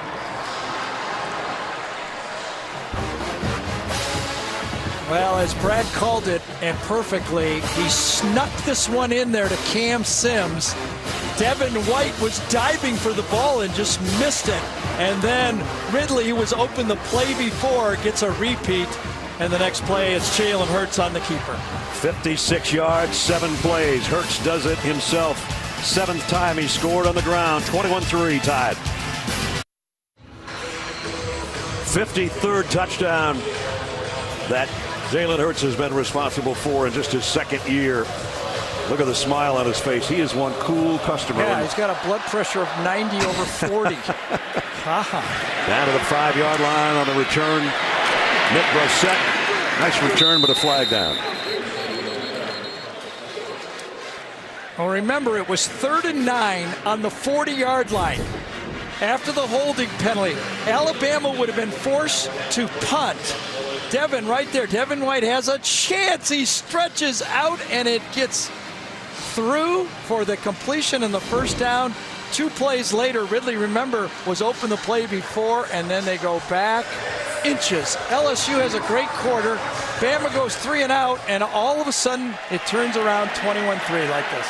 Apparently they picked up the flag, no penalty, so it's first down at the 33. Straight drop, bootleg, throw out to Geis, looking for a block from Morrow, and he got a little bit of one. And look at that run after the catch. There is Geis, picks up what looks like a first down. This is what Alabama forces teams to do. You know, we've seen it occasionally, you know, when they play a quarterback that has that type of game, you're not going to beat them with simple plays or conservative plays. You have to match them physically, number one. And then number two, you have to go for it. They're playing man-to-man, and you have to throw the ball a little bit, throw some slants over the middle of the field, and go after them defensively. Darrell Williams in the Wildcat straight up the middle. And the Tiger, Darrell Williams in the Wildcat might take it all the way to the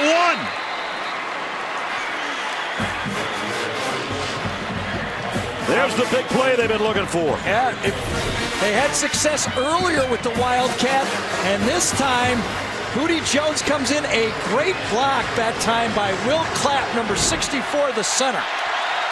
They spotted it to 2. Etling back. Shoulder throws incomplete, intended for Sullivan. What an answer this would be for LSU. Huge. The fans that showed up at Bryant-Denny Stadium are hoping for a touchdown here with 1:53 remaining in the quarter.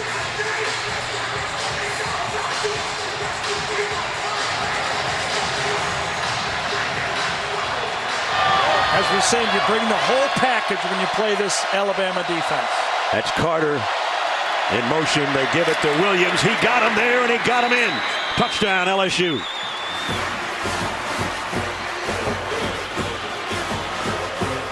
I think it was John David Moore, number 18, and Williams fouled into the end zone that time. He's playing fullback this time. Gets a key block against Keith Holcomb, and they stuff it in. How about that? A Wildcat. They're looking for something different, and they found it with the Wildcat big play.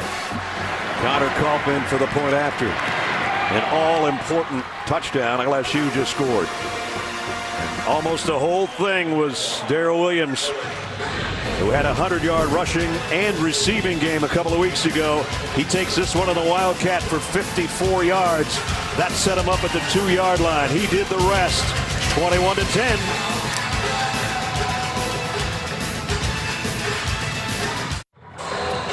Big touchdown drive by LSU puts them right back in the thick of things as we are nearing the end of the third quarter. 21-10 Alabama. Well, think about it. LSU has now rushed for almost 160, 159 yards. Their longest rush they had a year ago was 18 yards. They just ripped one there for, what, 50 plus? 54. Yep. Cameron Gamble's kick. Ruggs will take a knee. Alabama will bring it out to the 25 on offense. Hurricane Maria devastated Puerto Rico, and now thousands and thousands of residents are leaving. Where are they going? Plus a child prodigy you have to see and hear to believe. It's all tomorrow in 60 Minutes. Alabama's had a lot of guys go down in this game to injury. Minka Fitzpatrick, a hamstring. Shondiot Hamilton out with the knees in the locker room. Mosley has come back in since that ankle. We don't know how much he'll play, and Evans also. So yeah, Minka Fitzpatrick's playing a half speed out there. Yeah. He doesn't even look like himself. Jalen Hurts as Bo Scarborough flares out, gets it to him in the flat. Oh, nice tackle. And it's Arden Key again. Yes. And Scarborough lets Devin White have it at the end of the play. You know, Devin White was heavily recruited by Alabama to come here. It was between Alabama and LSU. He stayed home, played for LSU, and Brian Dable said he's watched tape of 8 games and numerous teams besides the 8 teams, and he's the best football player he's seen all year on tape. That's saying a lot. Yep. Here comes a blitz. Hurts in trouble. Got rid of it at the last second, in and out of the hands of Judy. What a play by Jalen Hurts. He had to relocate, throws to Judy at the last second, puts it right on his face mask, and it's dropped by Judy. Watch this. He has to relocate up, then he finds and puts it right there. That ball has to be caught. Can't do it any better than that if you're a quarterback. So that's 3rd and 10.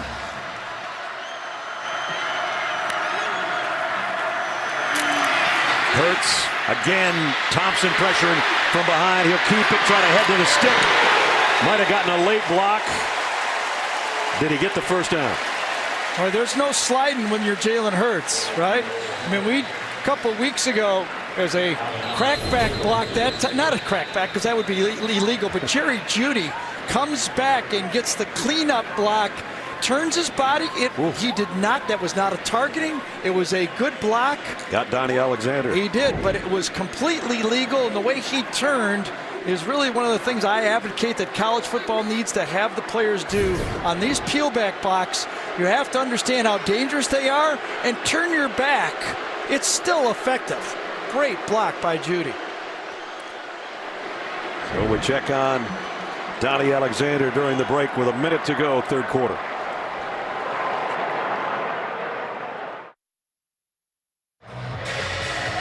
Donnie Alexander, the senior out of New Orleans, got up, headed to the sideline. Yeah, but I mean, in this instance, with that type of block, it's effective enough, and the ball and the defender gets the wind knocked out of him instead of a concussed head. It's, I think, something the rules committee has to look at, cleaning up those peel-back blocks. They're so dangerous. Weren't you talking to Commissioner Sankey about that before the game? You don't let it out of the bag. I'm sorry. I wanted it to be Commissioner's idea. I was eavesdropping. First down at the 36. Scarborough on a cutback run up the middle, and Big Bo for 10. And again, this is where the Bo Scarborough train started to roll a year ago. In the 4th quarter of this game, Scarborough started to be physical, and he carried it on all the way into the first half of that Clemson game until he got hurt. He stays in there on a first down at the 47. Give it to him again. Good defense. Whoa. Well, they're going to come and get him, but he threw one guy off. That was Devin White. Yep. But then White got help from his friends. Yeah, but it was good enough, and it's going to stop it. And this LSU team's going to get to the 4th quarter with a football game. And that's what they wanted. Ed Orgeron's been preaching that all week. Stay in the game, get to the 4th quarter, and then we got a shot. We'll see who's got the biggest shot in the final 15 minutes. We played 3. 2nd-ranked Alabama 21, number 19 LSU 10. We'll return to Tuscaloosa right after this message and a word from your local station.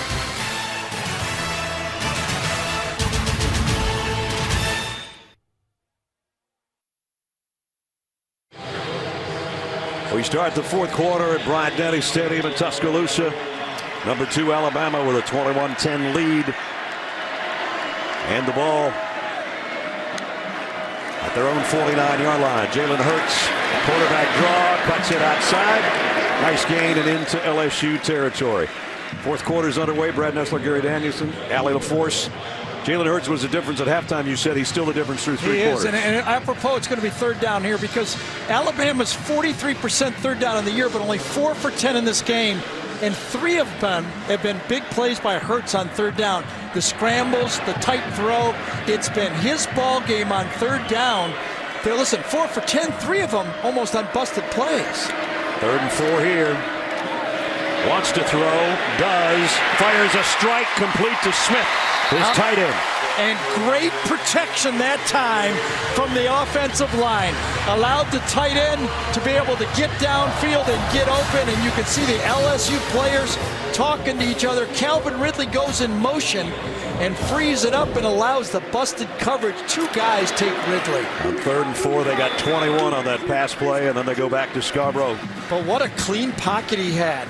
Remember, all game, it has been either 23 or 49, or sometimes Rashard Lawrence, or once in a while Devin White, number 40, putting the pressure on Hurts. That time, a beautiful, clean pocket. 2nd down and 8 now at the LSU 23. Alabama threatening again. Hurts. I think somebody got a hand on that, but he still got it to the end zone, and it's dropped by Smith. Looked like somebody maybe hit him as he threw. That ball came out a little funny. I'll tell you, if you get a scouting report from the Alabama people about Devontae Smith, is he never drops them. Well, and this time, actually, the hand from Battle got there a little early. In slow motion, it could have been called pass interference because there was no way that Smith could catch that ball because Battle got his hand in there a little early and got away with it. So 3rd down and long again. And Scarborough comes up to talk to the offensive line. Throw is incomplete. Good coverage. Really good coverage by Tolliver. That previous play when he threw the end zone, Gary, I thought it looked funny when he let it go, and then at the end, yeah, but it ended up being perfect, and it was Battle who raked Smith before he caught the ball. And in a perfect world, it's a tough call because it happens. That's super slow motion. We've got the best slow motion cameras we got all year, right there. Just for that reason, right there. Andy Papanastis is 13 out of 16. This is a 41-yarder.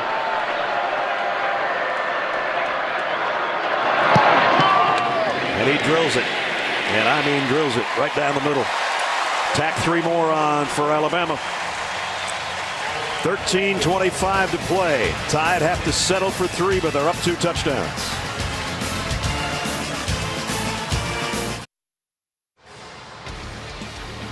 And now it's time for our Geico game recap. Alabama with a lead right now, but early on, Minkah Fitzpatrick pulled up with a bad hamstring there on the long ball. Etling intended for Chark. Russell Gage then with a hurdle, and Minkah got hit in the head, and he went to the tent for the 2nd time. Great defense by Arden Key. He has been all over the field, much like he was a year ago as a first-team All-SEC performer. This time, Jalen Hurts gets away from Devin White and picked up a key scramble, 10 yards for a 1st down. That kept a 90-yard touchdown drive alive. The fake toss, the comeback to his tight end in the end zone, Irv Smith. And then the wild tiger, if you want to call it that, Darren Williams, 54 yards on the sprint for LSU to get him down to the 2-yard line. He did the rest, the last 2 for the score. And that's the play LSU needed to get to 24-10. The field goal moments ago makes it the 14-point difference for Alabama.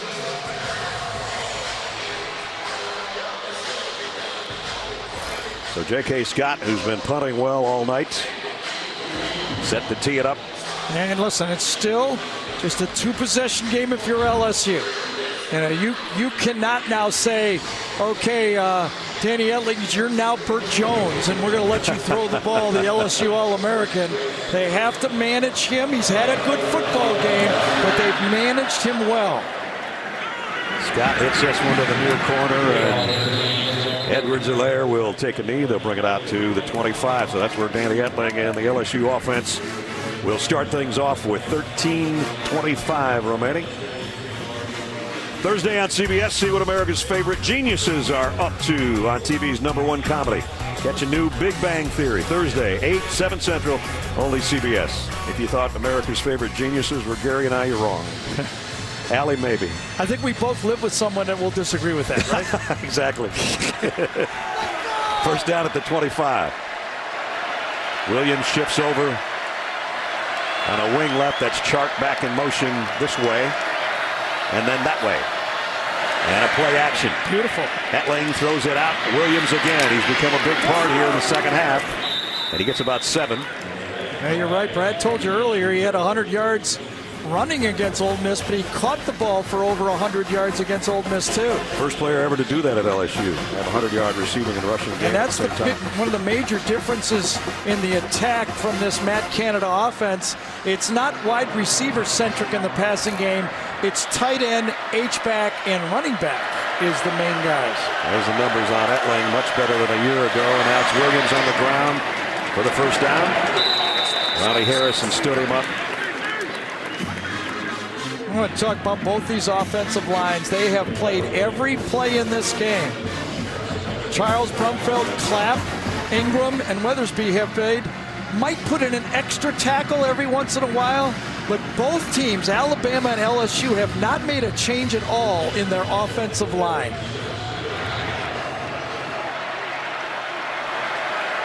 And as you said, some of those tackles run more than the wide receivers do, just shifting from one side to the other.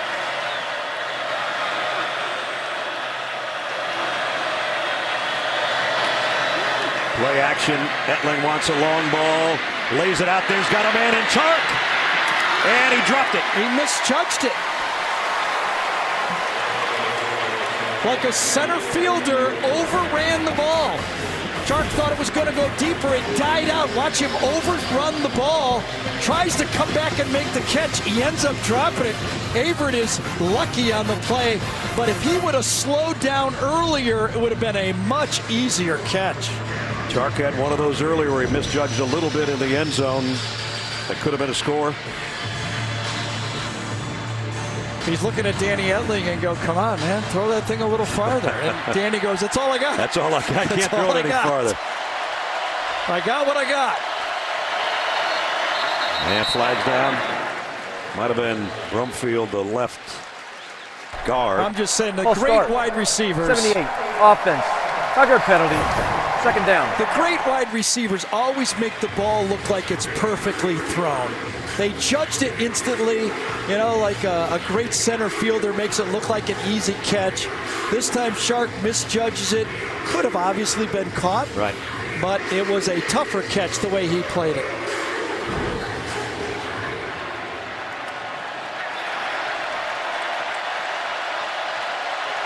Darius Geis now in the Wildcat. And he'll keep it all the way. And he's only going to get about a yard. Josh Frazier, the first guy there. Well, I tell you, Alabama is rotating in on defense. Frazier's a backup player. We've already seen Holcomb with all the injuries. We have new linebackers in there. Different front guys. I will say this. When you look at all 8 of them they play, they all look kind of the same with different numbers on them. That's all. They're built the same. Yes. You know who's been quiet in this game? Number 94. Deron Payne usually attacks a couple plays and makes plays in the backfield. There he is right in the middle of that front. Fitzpatrick is back in the game in the dime. Playing the dime position right there. The quarterback. And we got a timeout taken by LSU. So they're down to 2 timeouts here in the fourth quarter. That has 11:25 remaining and has second-ranked Alabama up by 14.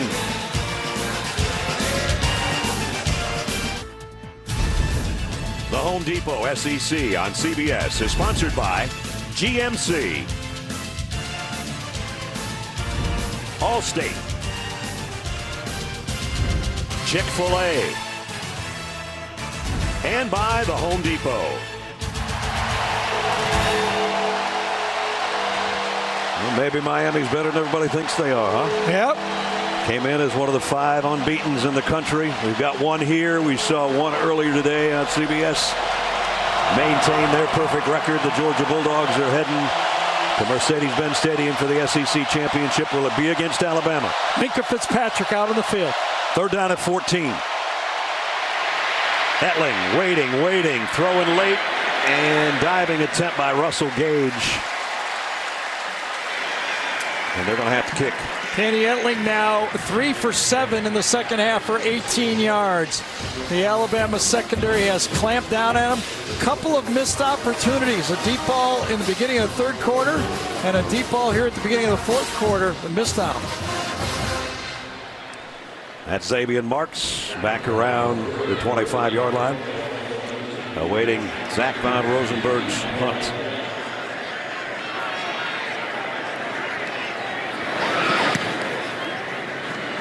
Nice kick.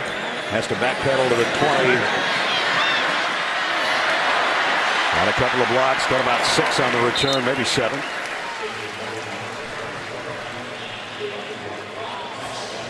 So Alabama's got the ball back with a 24-10 lead.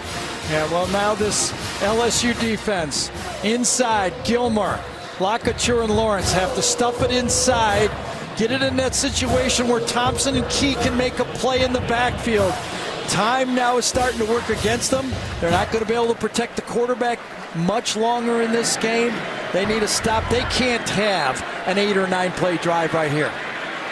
You see the completions and attempts are the same. The yardage in Jalen Hurts' favor.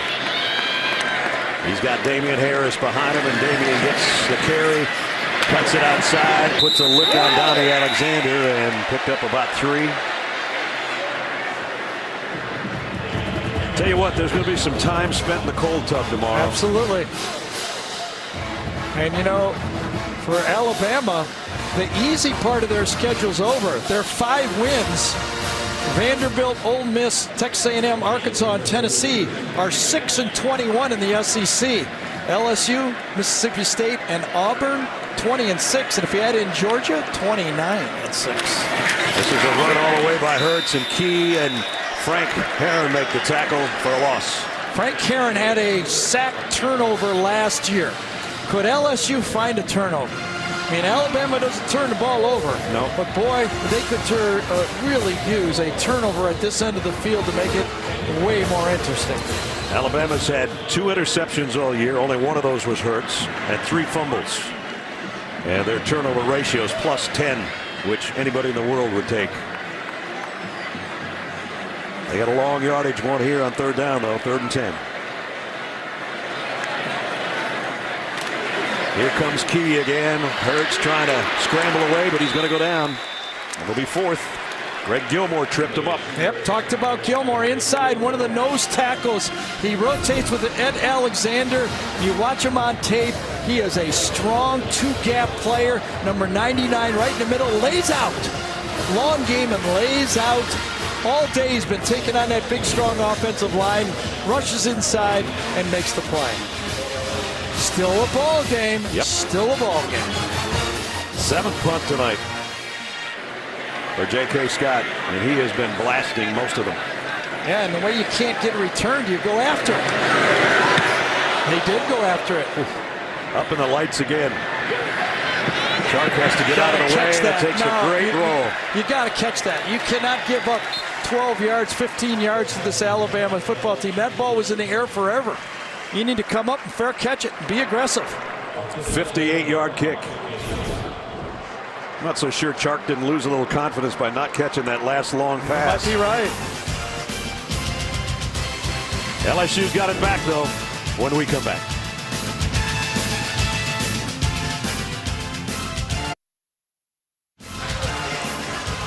Coming up next Saturday on CBS, our doubleheader. Florida and South Carolina get together at noon in Columbia. And then we'll be in the Plains. Top-ranked Georgia, number 14, Auburn, tangle at 3:30 Eastern as Georgia is in the conference championship game. Perfect 6-0 after their win today. So congratulations to Kirby Smart and the Dogs, who are the number 1 team in the country. Now, will they be number 1 Tuesday night? If Alabama beats number 19 LSU right here, maybe the Tide fans will get what they're looking for. The score's the same, 24-10 right now. Except South Carolina wasn't ranked. Yeah. That's neither here nor there. We still got 9 minutes to go here. LSU in desperate need of a score on this drive. Darius Geis.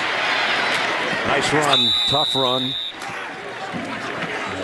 Well, you know, the excellence of this Alabama run here, 7 times they've had an 8-0 start, and only 5 other teams have done it. Now 6 with Georgia, right? 1, 2, 3, 4, 5 other teams. Georgia's done it this year, and only one has won the national title, Auburn. Can Georgia do it? Because usually Alabama ends up beating them. Here's Etling trying to get it to his tight end. It's incomplete. Let's go to New York for an update. Here's Adam Zucker. All right, Brad, a big week for the Pettis family. Gary Pettis, third base coach for the World Series champs, and his son Dante Pettis for Washington going 64 yards here for the 9th punt return touchdown of his career, the all-time FBS record, and his dad would do, waving himself home. Huskies trying to remain the only one-loss team in the Pac-12, guys. Wow, that's something special. 9 career punt return touchdowns. Wow. Well, here we go. Badly needed, under 9 minutes to go. Can they pull off another third down conversion? Etling looking left all the way and then fires on the sideline, and he got it. Yes, he did. Complete. Over to Derek Dillon.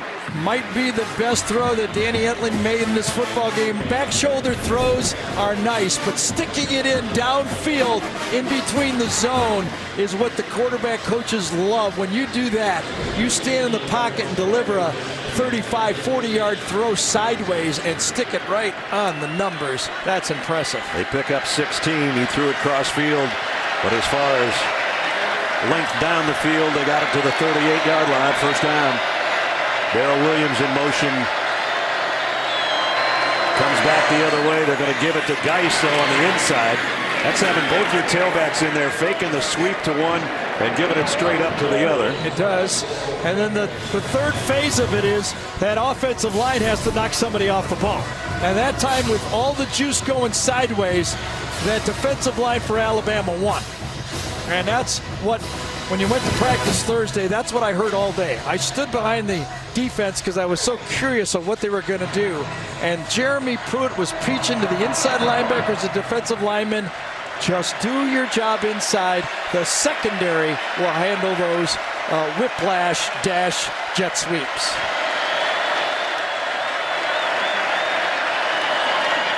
Etling, plenty of time. Fires long, incomplete, intended for Derek Dillon.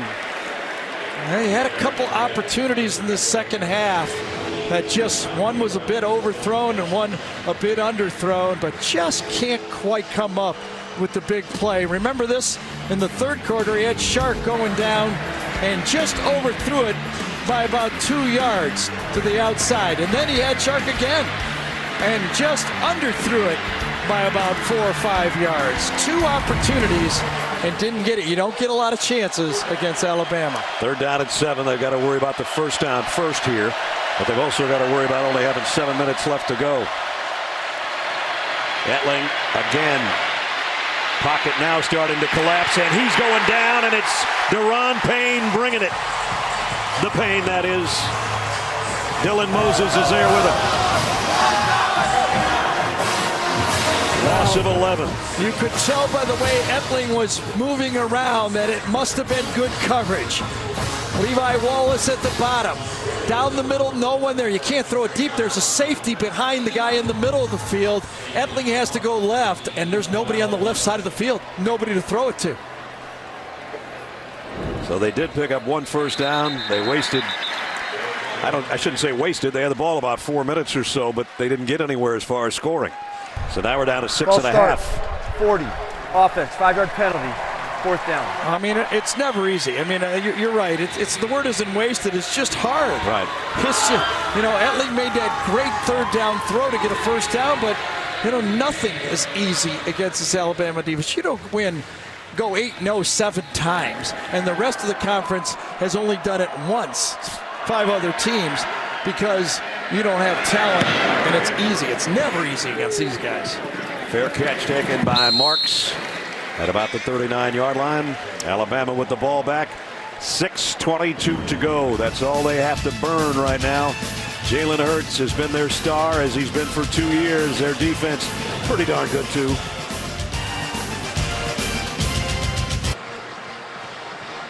Hey, the offensive coordinator and the head coach in that huddle. And I know exactly what Nick Saban's telling them. Right now, I want to win on offense. I want to put this game. If we want to be national champs, there's going to come a game when the other team has a Deshaun Watson that we're having trouble with. When we got 6 minutes to go with the game and we got the lead, we have to put the game away. We didn't do that, and it hurt us before. We can do it right now. That's the type of things you do. You coach forward. Listen, and the test is not easy.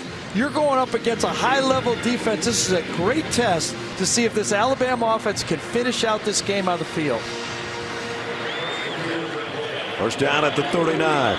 It's Bo Scarborough offset in the backfield with Hurts, and Bo gets the call. Trying to follow his blockers, puts his hand right on their backs. Yep. Good defense, successful play. I really admire this LSU football team. They're a little bit undermanned from what I'm used to seeing LSU talent in the past. Ed Orgeron has talked about it. We need a big recruiting class of defensive and offensive linemen. But boy, they are playing a good football game. The last month, you can't take anything away from Absolutely their fight, not. can you? Nope. No. And the only guys that believed were those guys on that team. Most LSU fans had turned it off after they lost to Troy. Arden Key in a stand-up spot right there on the right side of the line, trying to tee off. But Scarborough goes the other way, and it's a nice play by Heron again. Devin White, Arden Key, two of the key players. Devin White, not going to lie, Coach Saban said if you go there, we're just going to have to beat you every year. A lot of people play for different reasons. For me, I'm playing for the state of Louisiana, which is where he's from. But as Gary said, almost was a Crimson Tide player. But man, he came in leading the conference in tackles, and he's all over the field again tonight. And he was the guy that called out his teammates after the Troy loss. Got to study more. Yeah, that's right. You can't mail it in.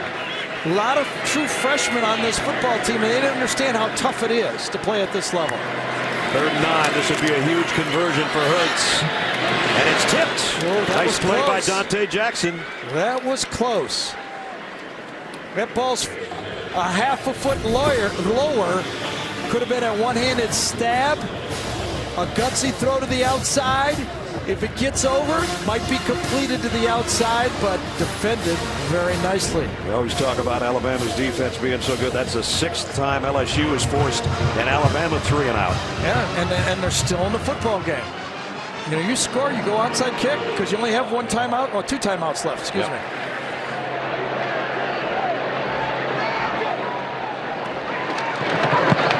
Scott, oh man, this one's even higher than the other 7. Back to around the 9-yard line. Remember, all year, he has not had 1 punt even returned. It came close, but they had a penalty before. 51-yard punt. He's buried LSU in a hole again as we go to New York. All right, Brad, and a big one for first in the Pac-12 South now underway. Arizona punter Josh Pollock can't handle it. The Trojans, John Houston mops it up. They have a 7-0 lead, and they've held Khalil Tate to negative rushing yards so far. Halfway through the first quarter there, 4:39 remaining in the 4th quarter here. All right, now Nick has to go to his defense and say, okay. We got to win with defense. There's always another miss. Yeah, that's right. Yeah. Hetling from his own goal line. Throws complete to Russell Gage. Short gain, clock running down. It'll be under 4.5. Miles Brennan in the game. A little better thrower, getting a lot of good vibes from practice. When you talk to both Matt Canada and Ed Orgeron, they said he's going to be a gifted player for us when the time comes. Short throw over the middle of Geis, trying to change directions. Does get the first down. I mean, Miles Brennan is more of a pure passer. There's no doubt about it. Hetling took a big hit on the last series. Remember? I wonder if he's a little bit stunned.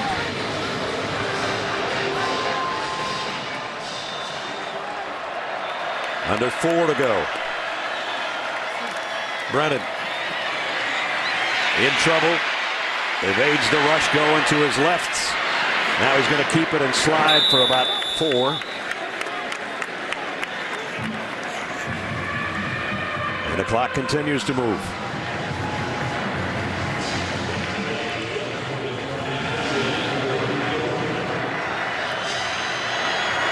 Trying to get Stefan Sullivan set up way down at the bottom of your screen.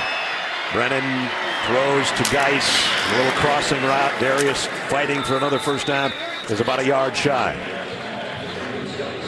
Alabama is willing to give up short yards to eat time off the clock.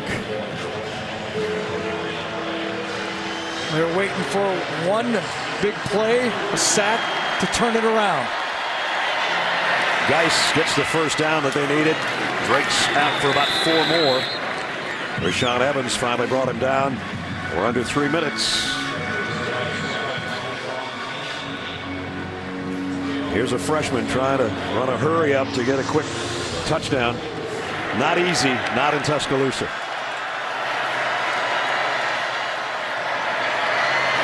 Brennan in trouble, going down. Like I said, you play soft zone, you keep it in front of him, and you understand that Miles Brennan might be a good quarterback someday, but that's not Deshaun Watson back there. It was funny when we had Rashaan Evans talking, I go, how you like that Deshaun Watson now? He said, I've been watching.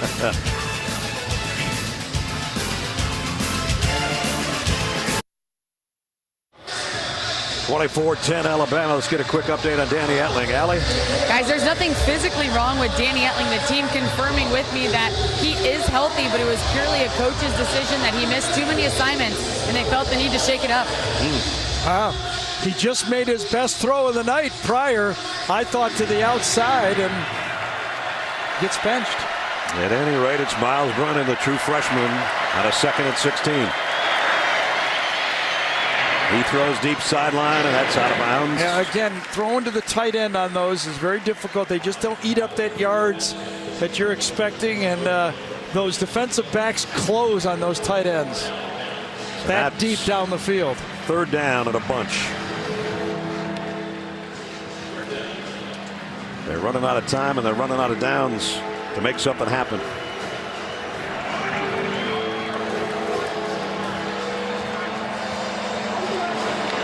Boy, if you would have told Ed Orgeron that they were going to outgain Florida with 2 minutes and 30 seconds to go in the game, he would have been outgain Alabama. They'd be saying, we're winning.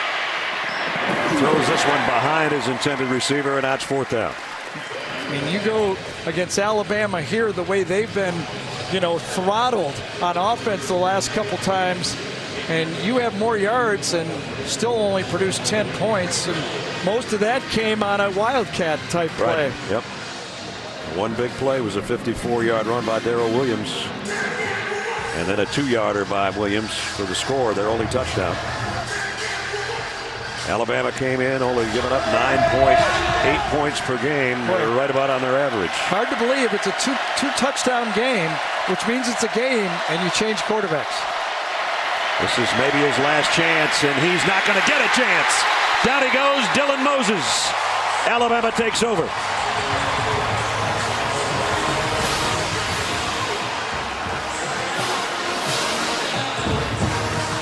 Well, that's how you feel when you've got long yardage. You just rush 4 guys, you sit in zone, you understand you got a young quarterback. He's probably not going to see the alleys that are necessary to stick the ball in, and you finish off the football game. LSU could only stop it 1 time as well. They're down to 1 timeout. Well, Alabama set a record for the SEC in their first 5 SEC wins. They won by a total of 200 points. And Brad, we were there for, I think, 150 of them. Right? Yeah, we were. So this one was a little tighter, but they still win it.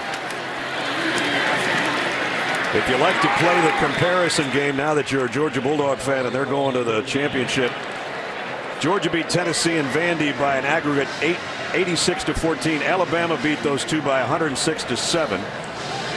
The Bulldogs going into today won their 5 SEC games by 32-point average. Bama won its 5 by an average of 40. Yeah. Well, I will say this. Even though Georgia is in the SEC championship, okay, they still play Auburn, Georgia Tech, and then whoever they play. If they lose a game, that means they have no margin of error. Right. If they go into the SEC championship undefeated, they might lose and get in.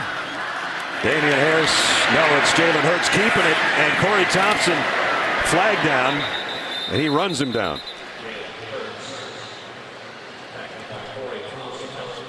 Don't have any more respect than anybody in this league than Corey Thompson. His 6th season, 2 years he sat out with injuries, come back one of the better players on the field. To face mask, 23 defense.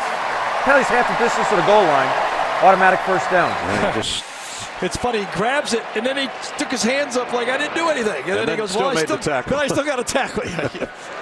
Like you said, missed 2 complete seasons, 14 and 16. When he started at LSU, some of the guys he's playing with were in 8th grade. 8th grade. How about that? I think I was in my 3rd or 4th year. Sure. Down to the final minute.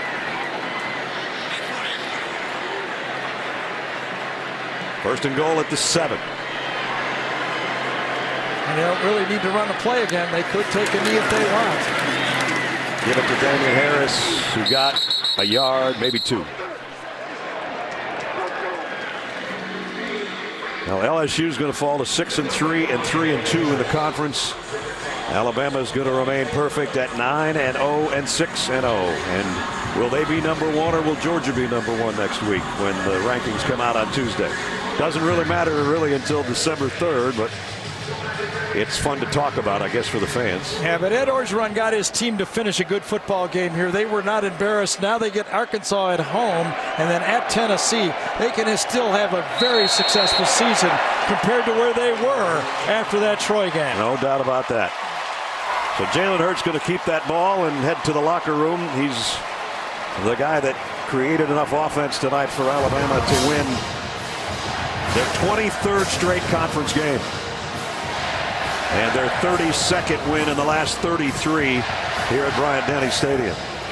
Well, the 82nd edition between these two teams was another hard-hitting battle, without a doubt. LSU doesn't have quite enough offense. And the winning coach is with Allie LaForce. Coach, you said this was going to come down to how the team handled hard. How do you grade the way they responded to the challenges of this game? Well, hey, you got to give LSU a lot of credit, man. They played a great game. They had a good plan. Their players had played hard. They were physical. It was a tough game. But I'm proud of our players with the way they responded in the second half and did what we had to do to win the game. This is a great win for us. Your team suffered a lot of injuries, specifically on defense, and not just any defender, but the leaders of your defense. How'd they overcome it? Well, the other guys stepped up and played pretty well. They made a few mistakes out there, especially on the long run when they were in Wildcat, but we'll get better. I hope we get some of these guys back. Thank you, Coach. All right, thank you. One of those players was Rashawn. How's your ankle doing, bud? It's doing well right now. It got banged up a little bit, but I feel great. You weren't the only one. There was a lot of defenders that suffered injuries today. What were you telling your teammates as you all tried to overcome those? Basically just hold the rope. We had a lot of guys that went out. We had some younger guys to step up, so I felt like that was the big thing for us, to just get those guys in there and just play ball. Your team hasn't been challenged a lot this season, but tonight they were. What kind of heart did they show you that you had, and how did you come together to make it happen? These guys were just relentless. We knew that it was going to be a hard game, just the fact that we playing against a great team, and just as you can see, we just continue to just play ball, and we just band together, and we just saw the results. Rashawn, congrats on the win. Thank you. So the defense of Alabama does its job again tonight, and they win it to go to 9-0. Let's take a look at the GMC game changer tonight. This guy is so smooth. He told us the last time we talked to him, you know what? He said, you're only as strong as your trigger man. This guy's the trigger man for Alabama. Yeah, and no matter what question you ask him, he says, I'm just trying to win games and championships. And then he takes it in himself to cap things off. He was the game changer. Just a sophomore, but some kind of player. He's only lost 1 game in 2 years. He wins another one tonight. We'll wrap it up when we come back.